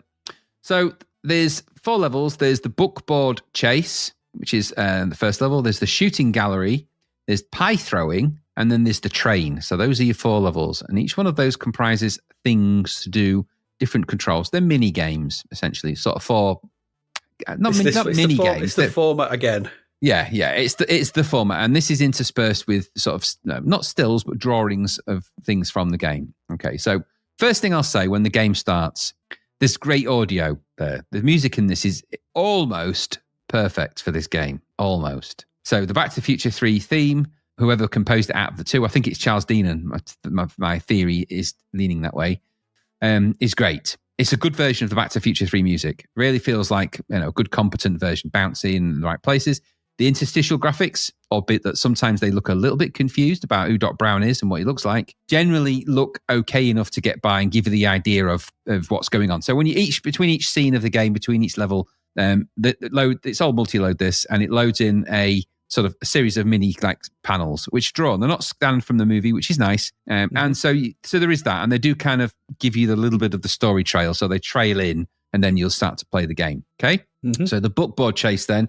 It says in the scenario for this, just after meeting up with each other back in 1985, Marty and Doc are planning how to get back to 1985 when they hear somebody scream. It's Clara, Hill Valley's new schoolteacher, on a runaway bookboard. I didn't know they were even called bookboards, but now I do. Which is, by the way, a sort of horse-pulled cart. Okay, thanks for that. Headed straight over the ravine. Acting quickly, Doc leaps on his horse and gives chase. The object of this game is to reach Clara before the bookboard reaches the edge of the ravine. You're Doc on the horse, and you start out just behind Clara on the bookboard. A window below the main screen shows you how close you and Clara are to the ravine. You don't have any direct control over the horse as it gallops automatically. However, you can control Doc's actions. If you catch up with Clara before she reaches the edge of the ravine, you have won, and it's on to the next level. The task is made more difficult by obstacles that crop up along the way and threaten to stop Doc from saving Clara. Objects such as Indian tomahawks and pieces of luggage that have fallen from the back of the bookboard come flying at the Doc, and they must be either ducked, under, or jumped over. You'll learn which movement is appropriate depending on the height of the object. Some objects can be picked up. Anything that doesn't bounce, like a hat or a piece of clothing, can be collected by Doc by pushing diagonally down and right on the joystick. You get bonus points for every item collected. To make things more difficult, the Indians have decided to interfere. They chase after Doc on horseback, trying to knock him off his horse. Fortunately, you've got a gun to defend yourself with, and you can shoot both in front and behind you. Every time Doc falls off the horse, time is lost and Clara gets closer to the ravine. If you fall off too many times, footboard goes over the ravine and the game is over. Okay, now, this is actually a clever level because it's split into two, and it describes this in the manual as a mid-game section. So as you get closer to Clara, the action changes viewpoint at certain intervals. You're still Doc on the horse, but now you view the action from directly above with the screen scrolling upward, so it goes into kind of a vertical mode. In the first of the two overhead sections, you're caught in a battle between the cavalry and the Indians, and you've got to make your way through the crossfire without getting hit by your own fire. You've still got your gun, and you can shoot the Indians, but don't shoot the cavalry. Also, keep an eye out for obstacles on the ground that can knock you off your horse. In the second overhead section, which comes in the later part of that level, you've got to make your way through Hill Valley, right in the middle of a bank robbery. Buford and his gang have been cornered by the cavalry coming out the bank, and there's a big shootout underway. Again, avoid the bullets and shoot the bad guys while looking out for obstacles on the ground. And there's a hint, don't shoot the cavalry. Mm-hmm. Okay. Now, I'm going to say, obviously, the tonality and language of this, Indians, cowboys, and all that kind of thing, it is of the language of the film. So, I don't know. This isn't a great way to portray things. You're just reading the manual. Yeah, exactly. But I'm just saying it out there because, you know what? No, it's not. But I'm just setting the scene. You know what? It's just, that's the way it's portrayed, and I'm just reading out the manual. So, this is actually really nice. Like, the graphics in this game are, it's Hugh Riley, so they're good. They're all good. And this is quite impressive for a first level. So the first bit when you're on the horseback riding towards the carriage as a side-scrolling part, you've got a really nicely animated horse. There's Doc on the back, really nicely animated wind in his hair. There's objects that are flying towards you. There's a really nice parallax scrolling effect. So you've got foreground, mid, and background. Really nice multi-layer parallax. You've got a map across the screen, which is a giant clock on the right. Then there's an indication of where you are, where the carriage is. It's actually genuinely quite nice. And then there's a score there where you pick objects up. The score's kind of arbitrary in this. I don't think it really needed it, if I'm honest. It reminded me of the scoring in Last Ninja. It just seemed kind of arbitrary. Really. It's a holdout from arcade games and stuff where they haven't quite let go of score at this point. You don't need it. Yeah, exactly. You don't really need it, but it is there. So you can play this game. The objective of the game, obviously, is to get to where Clara is and to reach her. And so horse races, and you control this with the joystick. The controls I thought were pretty good. You can move up, and in the normal section, you press up to jump, and you press down left to pick up, and you press down to duck. And then when you get to the gun, you can shoot left and shoot right with the fire button. You hold it and you press left and you shoot right. Pretty straightforward controls. In the overhead section, it's push up to move up, down to move down, left and right, and fire button to shoot your guns, and those kind of all sorts of different directions. It actually controls pretty easily. I'll give it credit where credit's due. Yeah, it's all right. So the side-scrolling bit, okay, it's all right. Avoid the objects running. Now, we've seen this. Wrath of the Demon. It reminded me of that demo of Wrath of the Demon, so clearly they borrowed a bit of the logic of that. Yeah, It looks a bit like that. But it is actually, it does fit, and it's quite nice. And Hillsfire as well. Yeah, actually, yeah, very much so. And then the top-down part, when it goes to that, it actually is quite a nice top-down game, actually, in its own right. So obviously, it's imagine it goes to like a commando mode, really. It's like a Gunsmoke, whatever it was, but good. It goes into that kind of top-down view, horse from the back. So you see, but it does animate its hooves, which is nice. And you see Doc riding around. You can shoot in different directions. And then as you progress, you'll go back to the horse riding view, and then you'll go back to the second view. And then eventually you'll catch up to Clara, and then you'll get to the next interstitial. I thought that this played out quite well for this game, and it was a nice surprise because I wasn't sure what to expect from the first part of this. It is at least inspired by the Doc Brown chase in the film. It does lean into that. The issue I have with that is it's not massive amounts of fun, and it goes on for ages and ages, and it's really hard. I think the gun is a bit of an odd choice as well. I don't remember Doc Brown with a gun. Yeah, he has a gun because he has a giant rifle gun. Yeah, he does, yeah. Now, whether he shoots, she doesn't shoot Indians in it. The Indians don't chase him at this bit. It's just they've added that for, I'm not sure why. It doesn't really need it. No, later, weirdly, there's a sequence where they do have a shootout where they use pies instead. So that didn't make a lot of sense, really, to me. Anyway, so stage one, the bookboard chase, really nice graphics. Quite nice the way it splits in two. It just goes on for ages, and it's a bit one note when it does. So it just feels like you don't feel like you're getting much closer to Clara, and it takes ages. It goes on for ages and ages and ages and ages and ages. When you do get past that, you'll get to the next one, which is the target shootout. Now, this, I don't necessarily need to go the shooting gallery to call it. It says, and it's a scene from the film where there's like a celebration in Hill Valley, isn't there? It's actually of the construction of the clock, and there's like a little party, and this is where Marty notices an old-style shooting wagon. In the context of the film, it's actually where he gets his gun, and that's where there's a big fallout between Buford Tannen and Doc Brown and Marty, where that all starts to go badly wrong at this point, because I think there's some issue that he owes him money, and Marty gets involved. And I think in the end of this is that Marty ends up challenging him to a duel, I think, at the end of this or something like that, if I remember rightly. But so it says in the instructions, in this section, the objective is simple: shoot as much as you can, as quickly as you can. The game is played in a first-person perspective, which means you see things exactly as Marty sees them. Your gun appears on the screen to help you. There's a little special gun sight. So it's a kind of a target shooter, which we've seen loads of in these kind of things. Very of its type. And the viewpoint, the graphics from this, so you kind of see it from the side of a wagon, a bit like it does in the film, actually. And things pop out, bad guys pop out. You've got a gun, and you control the target. Now, I had trouble controlling the target because it was kind of reversed, which threw me completely. So you pull down to go up. And that I'm not good with that kind of control. I much prefer to just move it naturally. But, other than that, the graphics are quite nice. But it is, again, it's of the film. It just felt, and there is context set to this because you get the in-between bits that sort of explain it. But when you get to it just doesn't feel like there's much to it. It feels like it just feels a bit for naught, which is, so it feels, again, it goes on for quite a while and you just constantly shooting, and it just feels a little bit, if you don't get to the right, I don't think there's a score you have to reach. I just think you have to just not shoot enough bad guys. But I managed this bit. It was fairly easy. So graphics nice, sounds nice at this point. The sound, I have to say, special mention here because it's the music from the film, and it's like na na na na na na, and it's a really good version of the music from the film. So that's quite good. It's just not a particularly exciting level. Third one, which is in the manual described as the pie throwing. It all gets a bit weird here.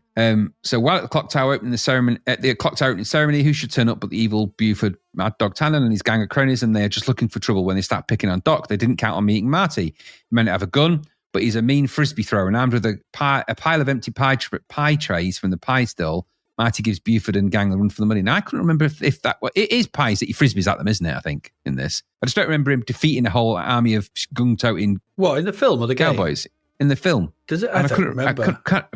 It sounds because I couldn't figure out whether it was they'd converted it to pies to make it more friendly, or it was actually pies. But I just remember. I do remember him frisbeeing things. So either way, it doesn't matter. So in this version, it's kind of almost like a Last Ninja style view, actually. So it's kind of shown in that kind of isometric type view. There's a saloon on the right. There's kind of another building on the left. You're positioned at the bottom. There's a table handy enough with a lot of pie plates on it on the bottom side. And you've got a UI at the top left, which is your number of people you've got to shoot, and then a stack of plates. And you've got to replenish that by going back to the plates. And then they'll appear in the windows, and you have to frisbee the pie plates into their faces to knock them out before Buford Tannen shoots you. And so you just got to keep frisbeeing the plates, picking them up, frisbeeing the plates, and trying to get... Now, I found targeting them at the people quite really challenging to do.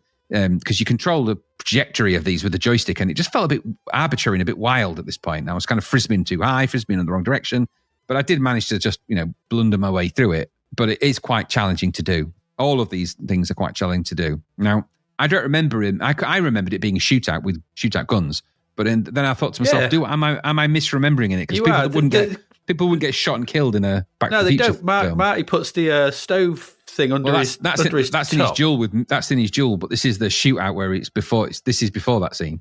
I don't remember that. Anyway, so either way, let's see how it plays out in the game. And then the final part after you've got through that is, of course, part 4, which is the train.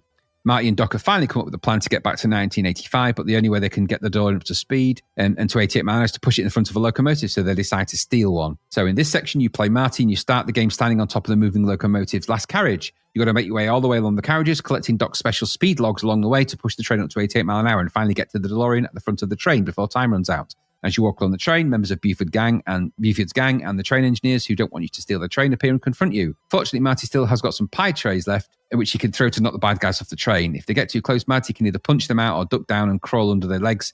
You must also jump over gaps from carriage to carriage. Be careful of static obstacles on the train. Speed past, mail hooks, water towers and signals can all knock Marty off the train.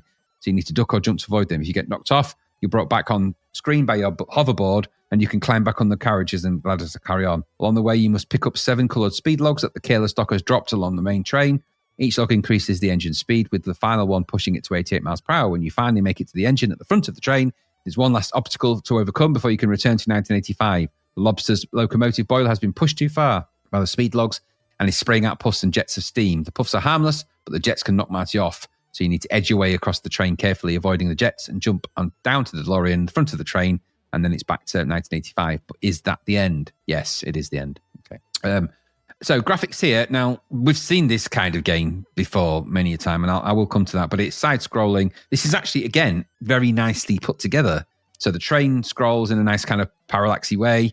You're quite a large Marty sprite on top of the train walking along. You climb up the ladders, and the idea is you got to, as I said, work your way across the train to get to the end, avoiding punching and doing very much kung fu mastery things, but in a kind of cowboy way. So those are your 4 levels. You'll get through them eventually, I suppose. It will take you some time because they're quite hard. And then you do get an end sequence, which is, not as good as I'd hoped it would be, actually. I felt a little bit understated. And that kind of is the theme for this. And I'll come back to what I mean by that. So there's 4 reasonable mini games, okay, here, themed in the Back to the Future 3 style. On the positive side, there's some really nice graphics animations throughout the game. Hugh Riley's showing here what he's capable of, I think. Level 1 and level 4 are particular highlights. But there's a lot of graphics throughout with decent shading and details. There's also some nice code.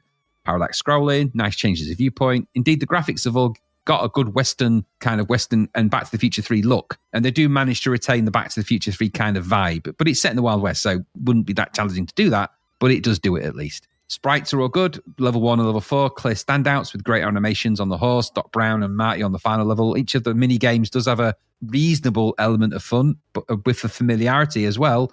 With games like Buffalo Bill's Wild West Show or Express Raider, these are not new game types.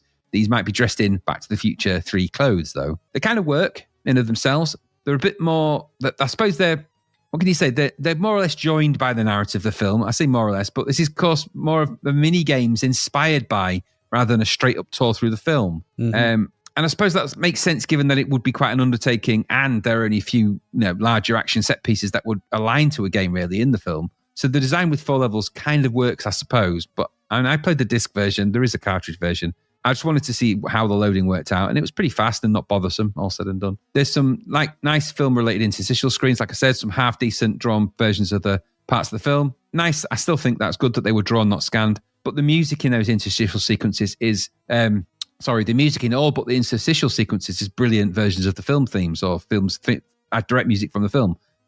Those in between screens, though, they have some really weird alternative music that is immediately out of place completely in the game. It's not westernized. It's kind of a funky jazz thing. I don't quite know what the thought process was there. Now, I suspect someone either didn't get the brief or it's just put there because that's what they had. It sounds like it's a different musician. I suspect it was. But it's, the music for me, that when it went to those screens, broke me out of the Back to the Future 3 game space immediately, which is kind of annoying. Because it makes it feel like it's totally takes you out of it. So there's plenty of things to like here. It feels polished, it's well put together, has some really nice graphics on most of the levels with some quality animations and gameplay.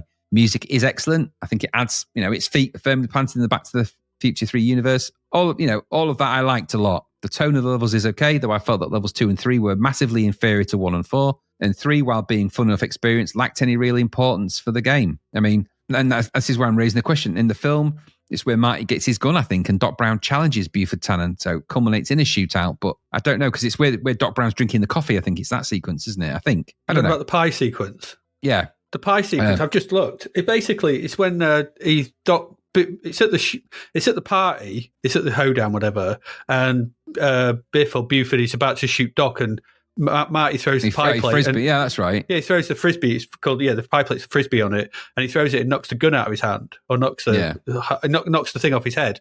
That's the only frisbee throw. Ah, right. Okay, so in that case, then I'm right in thinking that it's an odd shootout without a shootout in it. Yeah, and it turns it into a bit of a slapstick, which is not what the film was at that point. No, I don't get why it was pies either. I get pie plates thing, but I don't know. It felt like a level out of a different kind of game, like a Laurel and Hardy or when Three pie plates Stooges or something. Three Stooges. Yeah, it gave me that kind of vibe, and it just took me out of the game space a bit. And it's user friendly, I suppose, and demographically friendly, I guess. And maybe, in a world where we can't say Ninja Turtle, maybe having someone shooting people in a kid's game might be too controversial. So maybe there's something to do with that. I don't know. But it just, there's plenty of games where people are getting shot and stuff like that. So it's not radical to put that in, but it just felt it was maybe a safe version of that. I don't know. I think the single prevailing thing that haunts me with this game is that in spite of all the polish and the music and graphics, in spite of the nice levels, it feels like a collection of Back to the Future 3 mini games and not wholly a film of the game. Add to that, I couldn't get particularly far. The first level goes on for ages and ages and is really, really hard, as are some of the others. And not all because of design difficulty. Level 2 looks nice, but it might suffer from troublesome controls and doesn't always respond how you'd want. And the joystick, in the first level, I don't know, maybe it was me, but sometimes it just didn't, response wasn't always there. And it was clear that in the second and third level that the joystick controls were a tad under-responsive to me. I also encountered bugs in the last level where Marty would get stuck in the scenery near the ladders, and there was weird little quirky multiplexer bugs that seemed to flick into life now and again. That could have been my version. It could have been. But as the game, Back to the Future 3, it's got some nice parts, and when it's good, it's pretty good.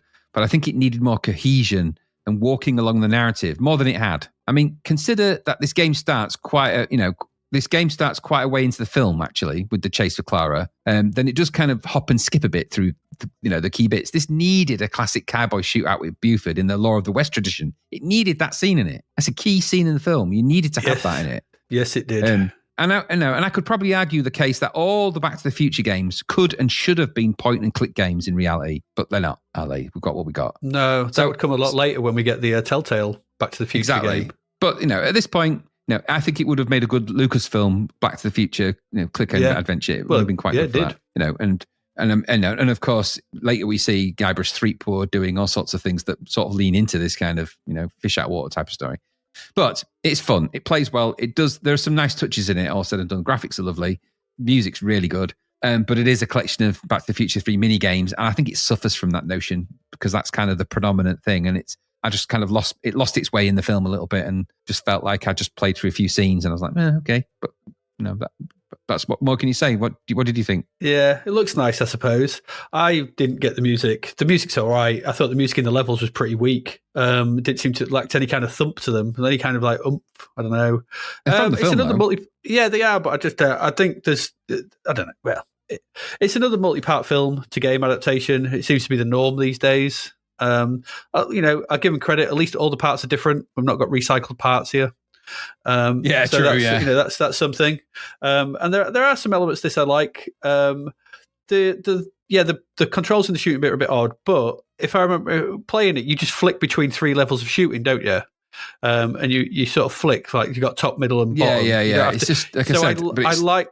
But what I liked that because I thought that was a good way to mitigate trying to move a cursor with a joystick. Yeah, it does, but it's not responsive. That's the problem with it. No, it's not terribly responsive, no. But I like the idea that instead of trying to drag a joystick cursor around, which we've been annoyed at loads of times in the past, just having it on 3 levels where you just moving left and right. I think that's quite a nice idea for sort of getting around that. I think we did it. We might have seen that in a game before. I just can't think where, but I think we've seen it. But anyway, I like that. I like that idea.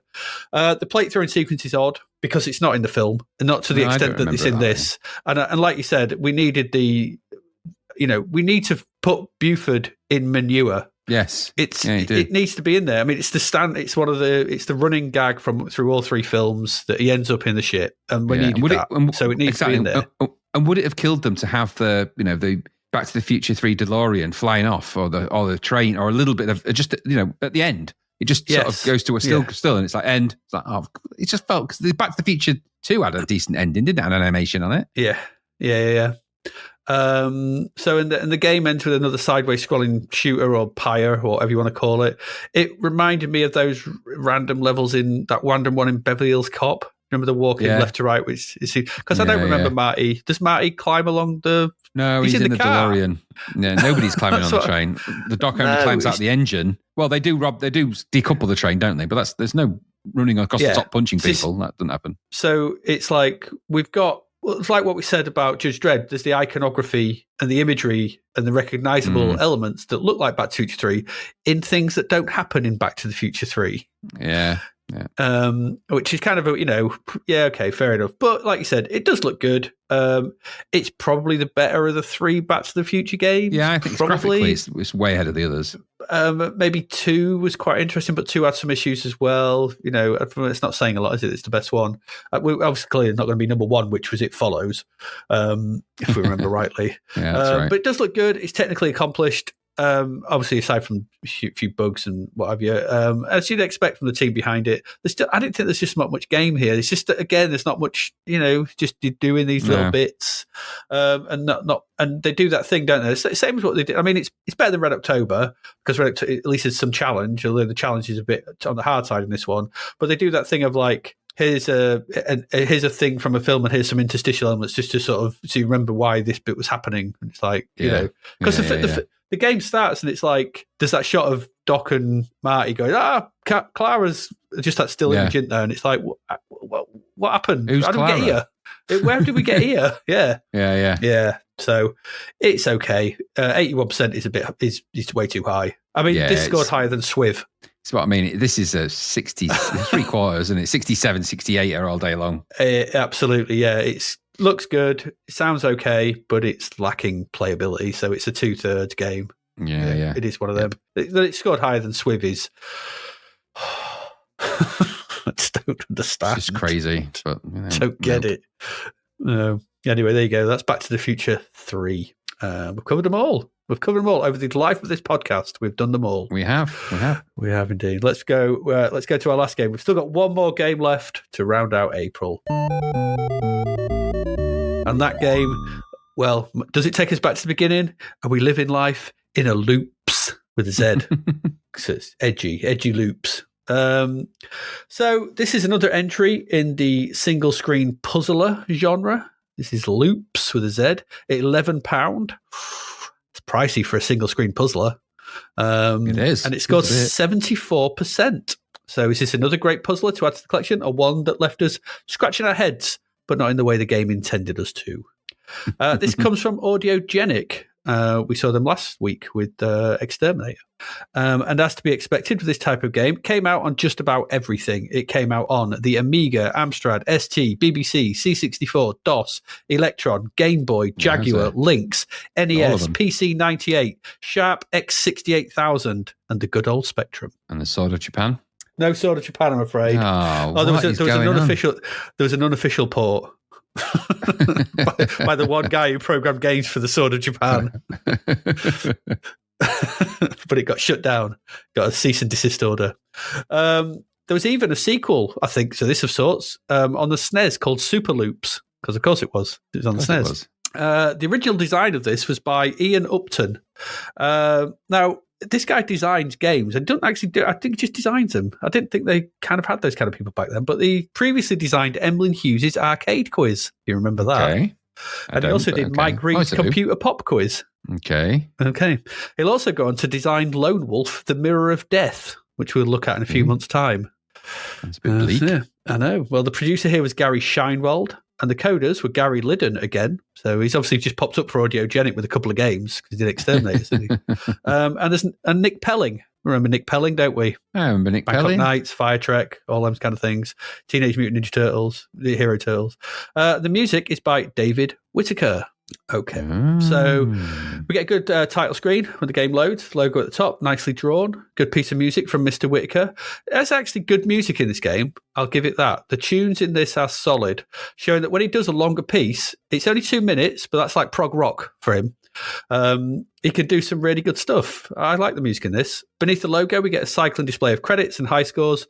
Pleasant front end. It's got that. I think Gary Liddon is involved in these kind of things because they had the similar kind of thing that we saw in Exterminator. He kind of has this eye for design, I think. Pressing fire takes us to the options. We can choose from a 1 or 2 players game. We've got 3 game types, A, B, or C. We've got 3 tunes, A, B, or C, which we can all choose from. And we can choose whether player 1 uses a joystick in port 1 or 2. Once you're happy with your decisions, you can press fire to play. And at this point, I'm just going to read from the instructions to give you an idea of what to do, because it's probably easier just to see what they tell you. So it couldn't be simpler. You get pieces of different shapes and sizes, which you can rotate and move about. One by one, you put them down on the playing board to create loops. Completed loops score points, then disappear. Bigger loops score lots more points. But if you're too ambitious, you may run out of space. Incomplete loops just get in the way. If you choose game A, then you can play at one of 10 different levels, 0 to 9. Level 0 is the easiest, and as the level number increases, the time allowed reduces. However, at higher levels, your loops score more points. When 2-player game A is selected, both players play simultaneously and have separate scores. They can even play at different skill levels. Game B begins at the lowest level, level 0, but the level increases by 1 for every 10 loops that you complete. In 2-player game B, the 2 players share a single score and take turns to place pieces. Game C is a puzzle game with 50 screens. Each screen contains a completed loop from which a number of pieces are removed. All you need to do is put the pieces back in the right place to recreate the original loop. But if you fail, you lose a life. After every 5 screens, a password is displayed. By entering the passwords, you can start the game at different screens. Okay. So what all this means is that when the game starts in A and B mode, you'll be faced with the same screen. At the top, there's a grid of 7 by 18 squares. I think the design of these is supposed to be marble or some such design. It probably looks clear on the Amiga, but I think it's supposed to be marble. At the bottom, there's the UI. So the UI has got 2 diamonds. It's got a yellow one in the bottom left corner and a blue one in the bottom right corner. It's got some zeros on them at this point. You don't know what they're for because it doesn't tell you in the instructions. In between them, there's a bar, just a bar. Above these are your number of lives on the left, the target score in the middle, and your multiplier on the right. In the grid at the top, a piece of track will appear. And now this will use, when it first starts off, this will just be one, it will fill one grid piece. It will be one grid piece in size. So it can be a straight piece, so it's just a piece, a corner piece, so, going from one side to the turn right or left. And it can be a single square or it can be bigger. As the game progresses, to get bigger in size. At first, it will be just one square. As I said, you can move this around the grid with the joystick. So left, right, up, down. You move it around. It snaps from grid space to grid space. If you hold down fire and move right, the tile will rotate. So you can rotate the piece. So if it's a straight piece going up and down, you can rotate it so it goes from left to right. If it's going a corner piece, so it's going from the bottom and then turning right to the right, you can flip it around so it goes right to the top. And so on. You get it. It's that kind of thing. Yeah. If you hold down fire and move left, it places the tile in the grid where it is. So it sticks it in. There you go. That's it. That grid piece is in the grid now. At that point, a new tile will then appear, and you then have to move this around. Okay, you're free to move and place them anywhere, but the aim of the game, as it says, is to build loops with these pieces. The bigger the loop, the more score you get. So should you place pieces that form a complete loop, that loop disappears. It's in the instructions. The number on the yellow diamond will go up by 1. This is the number of loops completed, and the blue diamond is your score, so this will go up accordingly. The bigger the loop, the bigger the score. The bar in the middle of the 2 diamonds is your timer. As soon as a piece appears on the grid, that bar starts to decrease.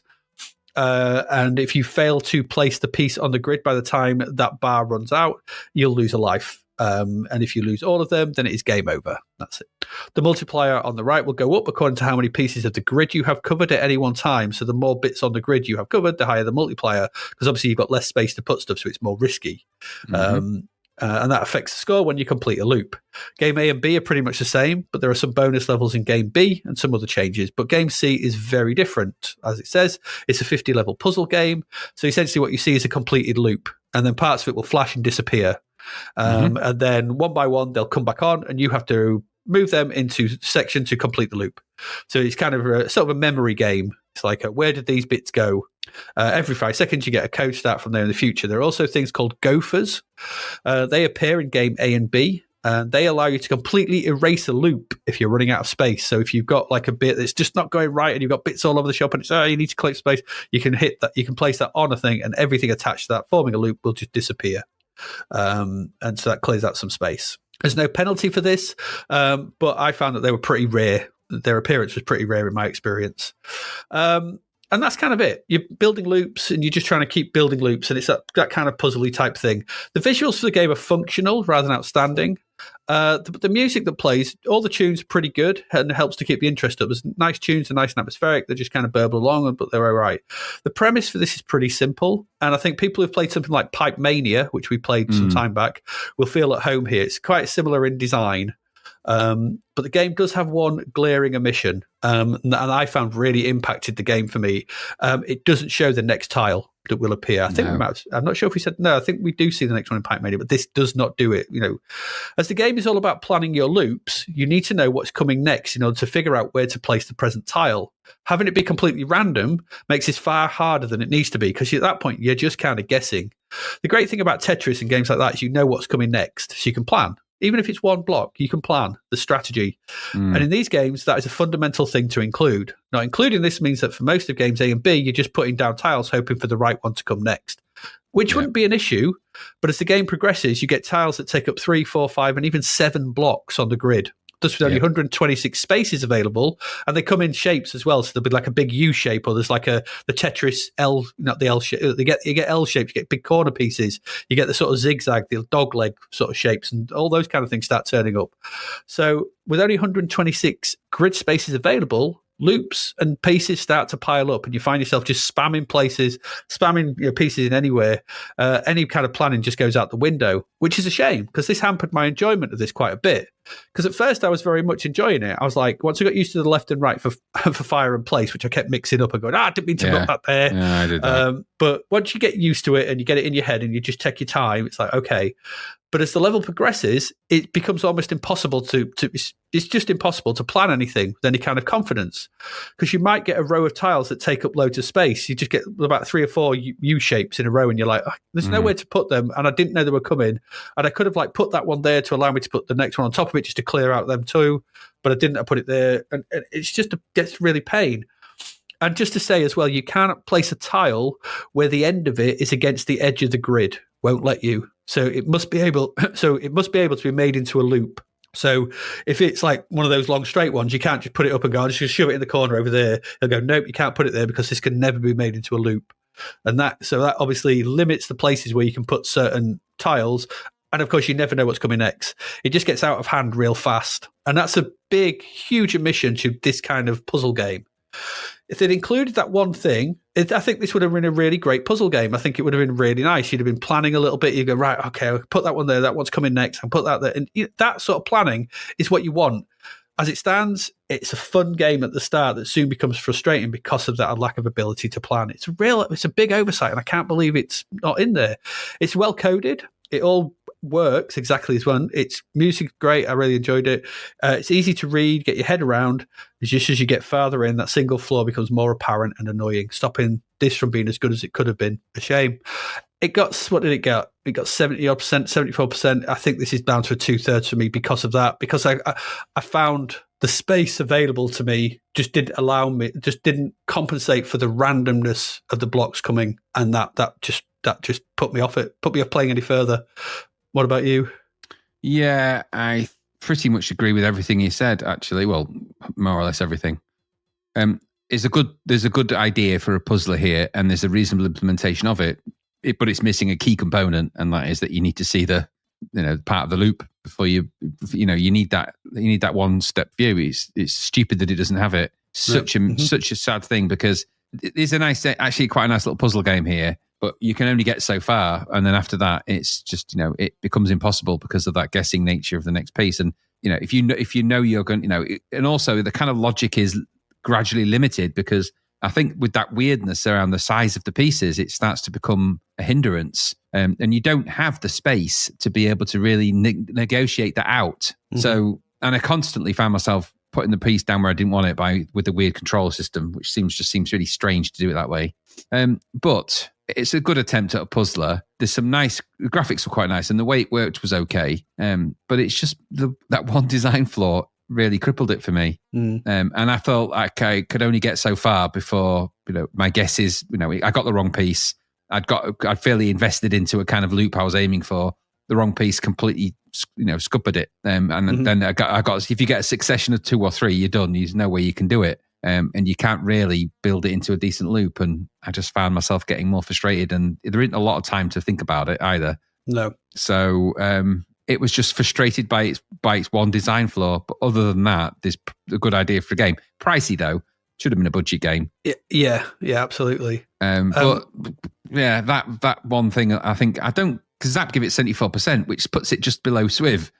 And I'm crazy. Look, it's not that good. It's okay for a puzzler, but it should have been budget, and it's missing the clue that you need to be able to actually get into it. Because without that, I just found it. I got annoyed with it, and for not good reasons. You can get annoyed with puzzle games for good reasons. That it's challenging and it's hard. You think, oh, next time, but there's no next time for this. You've got no idea how you're going to do things, and you get a puzzle piece, and you're like, I don't know how I'm going to fix that, because that problem is not fixable, and I don't know what I'm going to get next, so I've got no way of fixing it. And then you think, wow, what's the point? Yeah, exactly. So that was my experience of Loopz. And in terms of the controls as well, I would have thought that I don't mind because obviously you've got to move it and then turn it with the fire button. I would have thought hold down the fire button left and right to rotate in those directions and pull down to place. Or just double tap to place it. Or double tap, yeah. But you need to be able to, just double tap. But I was just thinking if you hold it down, left and right turns and down because you put it down, you pull it down to place it down. Pulling it left to put it down seems oddly unintuitive. Yeah. They're the turning angles. You turn it left or right. Give me both ways to turn it. Yeah, I found myself getting frustrated at that because it's not a natural position for that. Left and fire is not. No, it's just left, isn't it? Just left is not a natural position. Left and fire. Hold down fire and pull left. That doesn't mean put a tile down to me. Hold down and pull down would have made more sense if you're going to do it that way. Put it down. Makes more sense. Or losing the word. Do it that way. Yeah. But anyway, like there's a good idea, but that I can't believe they just didn't include the next piece. It's like it would have made it into a really, really good game. No, they're not play Tetris. I mean, goodness me, the whole logic of Tetris is fundamentally that because it gives you that. That's what makes the game balanced. I'm pretty sure Pipe Mania had them all on the left-hand side of the screen, didn't it? I think all the games of this type generally give you an advanced view. They still do to this day when you get games like this. So just looking at Pipe Mania, they're all on the left. There's 5 squares. You see the next five incoming pipes. You have to. You need to have that insight, or it's a guessing game. Yeah. So, absolutely. Yeah. Pity.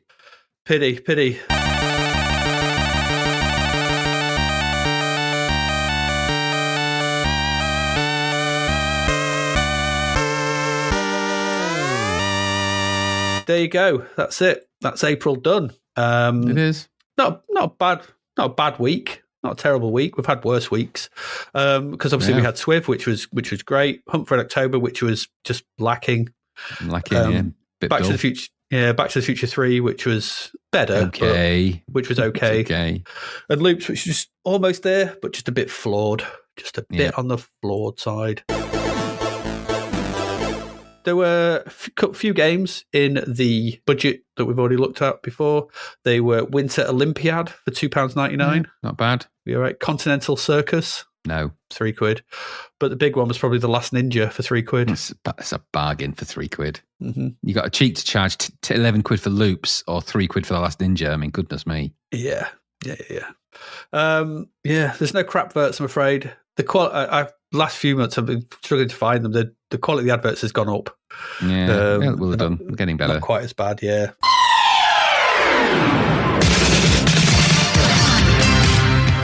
But there is the charts, though. This is from CMVG for April 1991. Counting down from 10. Down to number 10 from 7 is Double Dragon. Mm-hmm. Daley Thompson Olympic is at number 9. That is, yeah. Whatever. Okay. Kenny Dalglish Soccer is at 8. Yeah. The Dizzy Collection is down to number 7 from 4. Vigilante is in at number 6. Mm-hmm. Up to number 5 from number 8 is Paperboy. Always in there, isn't it? Operation Wolf is down to number 4 from 2. Teenage Mutant Hero Turtles is down to number 3 from 1. Straight in at number 2 is Afterburner. Okay. And straight in at number 1 for budget re-release is R-Type. Okay. Countdown from 11. We've got Outrun at number 11. Top Cat at number 12. Okay. I've not seen that yet. We will get to see that at some point. California Games at 13. Yogi's Great Escape at 14. Creatures at 15. Okay. Is that the first full price game we've seen? Oh, Teenage Mutant Hero Turtles at 3, I guess. Match Day 2 at 16. Total Recall at 17. The Hollywood Collection. No, I think it's a collection in it. At number 18, Target Renegade in at number 19. And Defenders of the Earth at number 20. Yeah, none of the new games that we've seen are in that chart. Nah. No, weird. Apart from Teenage Mutant Hero Turtles, I guess. Yeah, we said that would happen though. The good games that we've seen should be in there, but they're not. Probably never will be. No, they never will be. It's budget central. There are only 2 full price games in that entire 20. Which means they're not making a lot of money now in these games on release. No, they're really not. I mean, the C64 versions must be just... The 8-bit versions must just be afterthoughts at this point. Yeah. Anyway. Next week... next month, May 1991, we've got there's 8 games, so it's a 2-parter. Not many games released in May 1991. Those games are in order of scores, but not in order of how we'll look at them. There is Shadow Dancer, okay, Skull and Crossbones, I remember that on the Amiga. I think Skull and Crossbones is done by our friend Carlton. Oh, maybe I don't remember it on the Amiga. I think it is. I might be wrong, but I think it is. Moonfall. Okay. Weirdly has no price, but there's a reason for that. It's because it doesn't actually get released for 2 years. Oh, okay. But it's reviewed in this issue of Zap. Mighty Bomb Jack. Okay. I've never played that one, so I don't know. Something called Warlock, which I'm kind of hoping is the film, Richard E. Grant, Julia Tanner. It probably won't be. Hopefully, won't be. No. Popeye 2. It did a sequel to Popeye. God's sakes. Gremlins 2, the new batch. Oh, you know it's going to be crap. It's 38%, so I'm not expecting much. And finally, propping up the rest is Rugby Coach. God, 21%. That ain't going to be good, is it?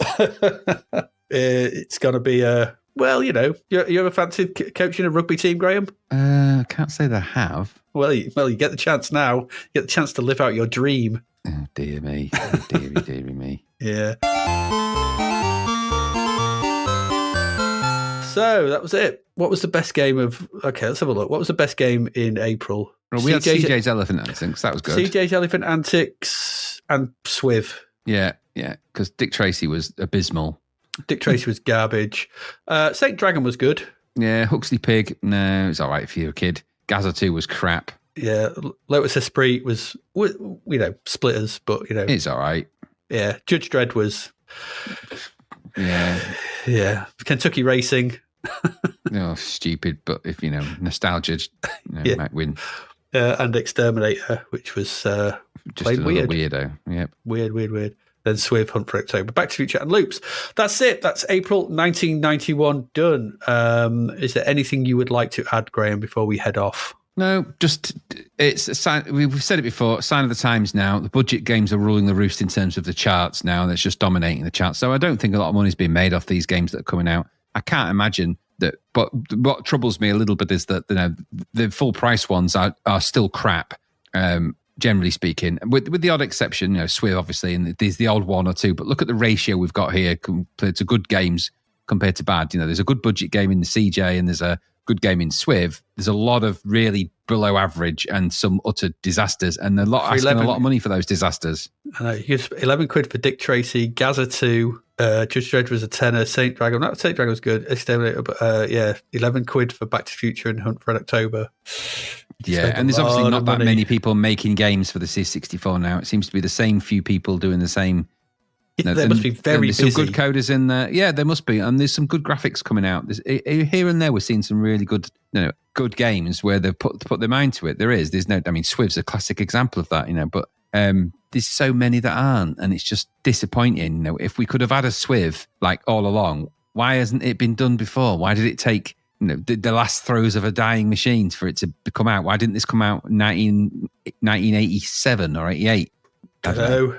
We may never know the answer to programming tricks, I guess, and people getting better with the machine. Well, Commando did a good top-down shooter, I suppose, and things like that. But it just always seemed like it wasn't, when it came to the actual shooters, they were just never quite there. I mean, even far back as Warhawk, it was good for what it was, but it wasn't a SWIV. But that shows you how few and far between they are. That Warhawk's the last one I can remember that I remember thinking that's pretty good. Probably because of the music, really. There are others I know, like Light Force and things like that. Yeah, Light Force is okay, but they just don't seem to get it right, do they? And then when they do, it's kind of late in the day. But there you go, it is what it is. Yeah, and like I said, Terror Crest and Slap Fight were my favourites. Yeah, I'd have been impressed with SWIV if I had a 64 back then. I had the Amiga, so I played the hell out of the Amiga version of SWIV. Yeah, I did. And and played it for hours and hours. It's so hard.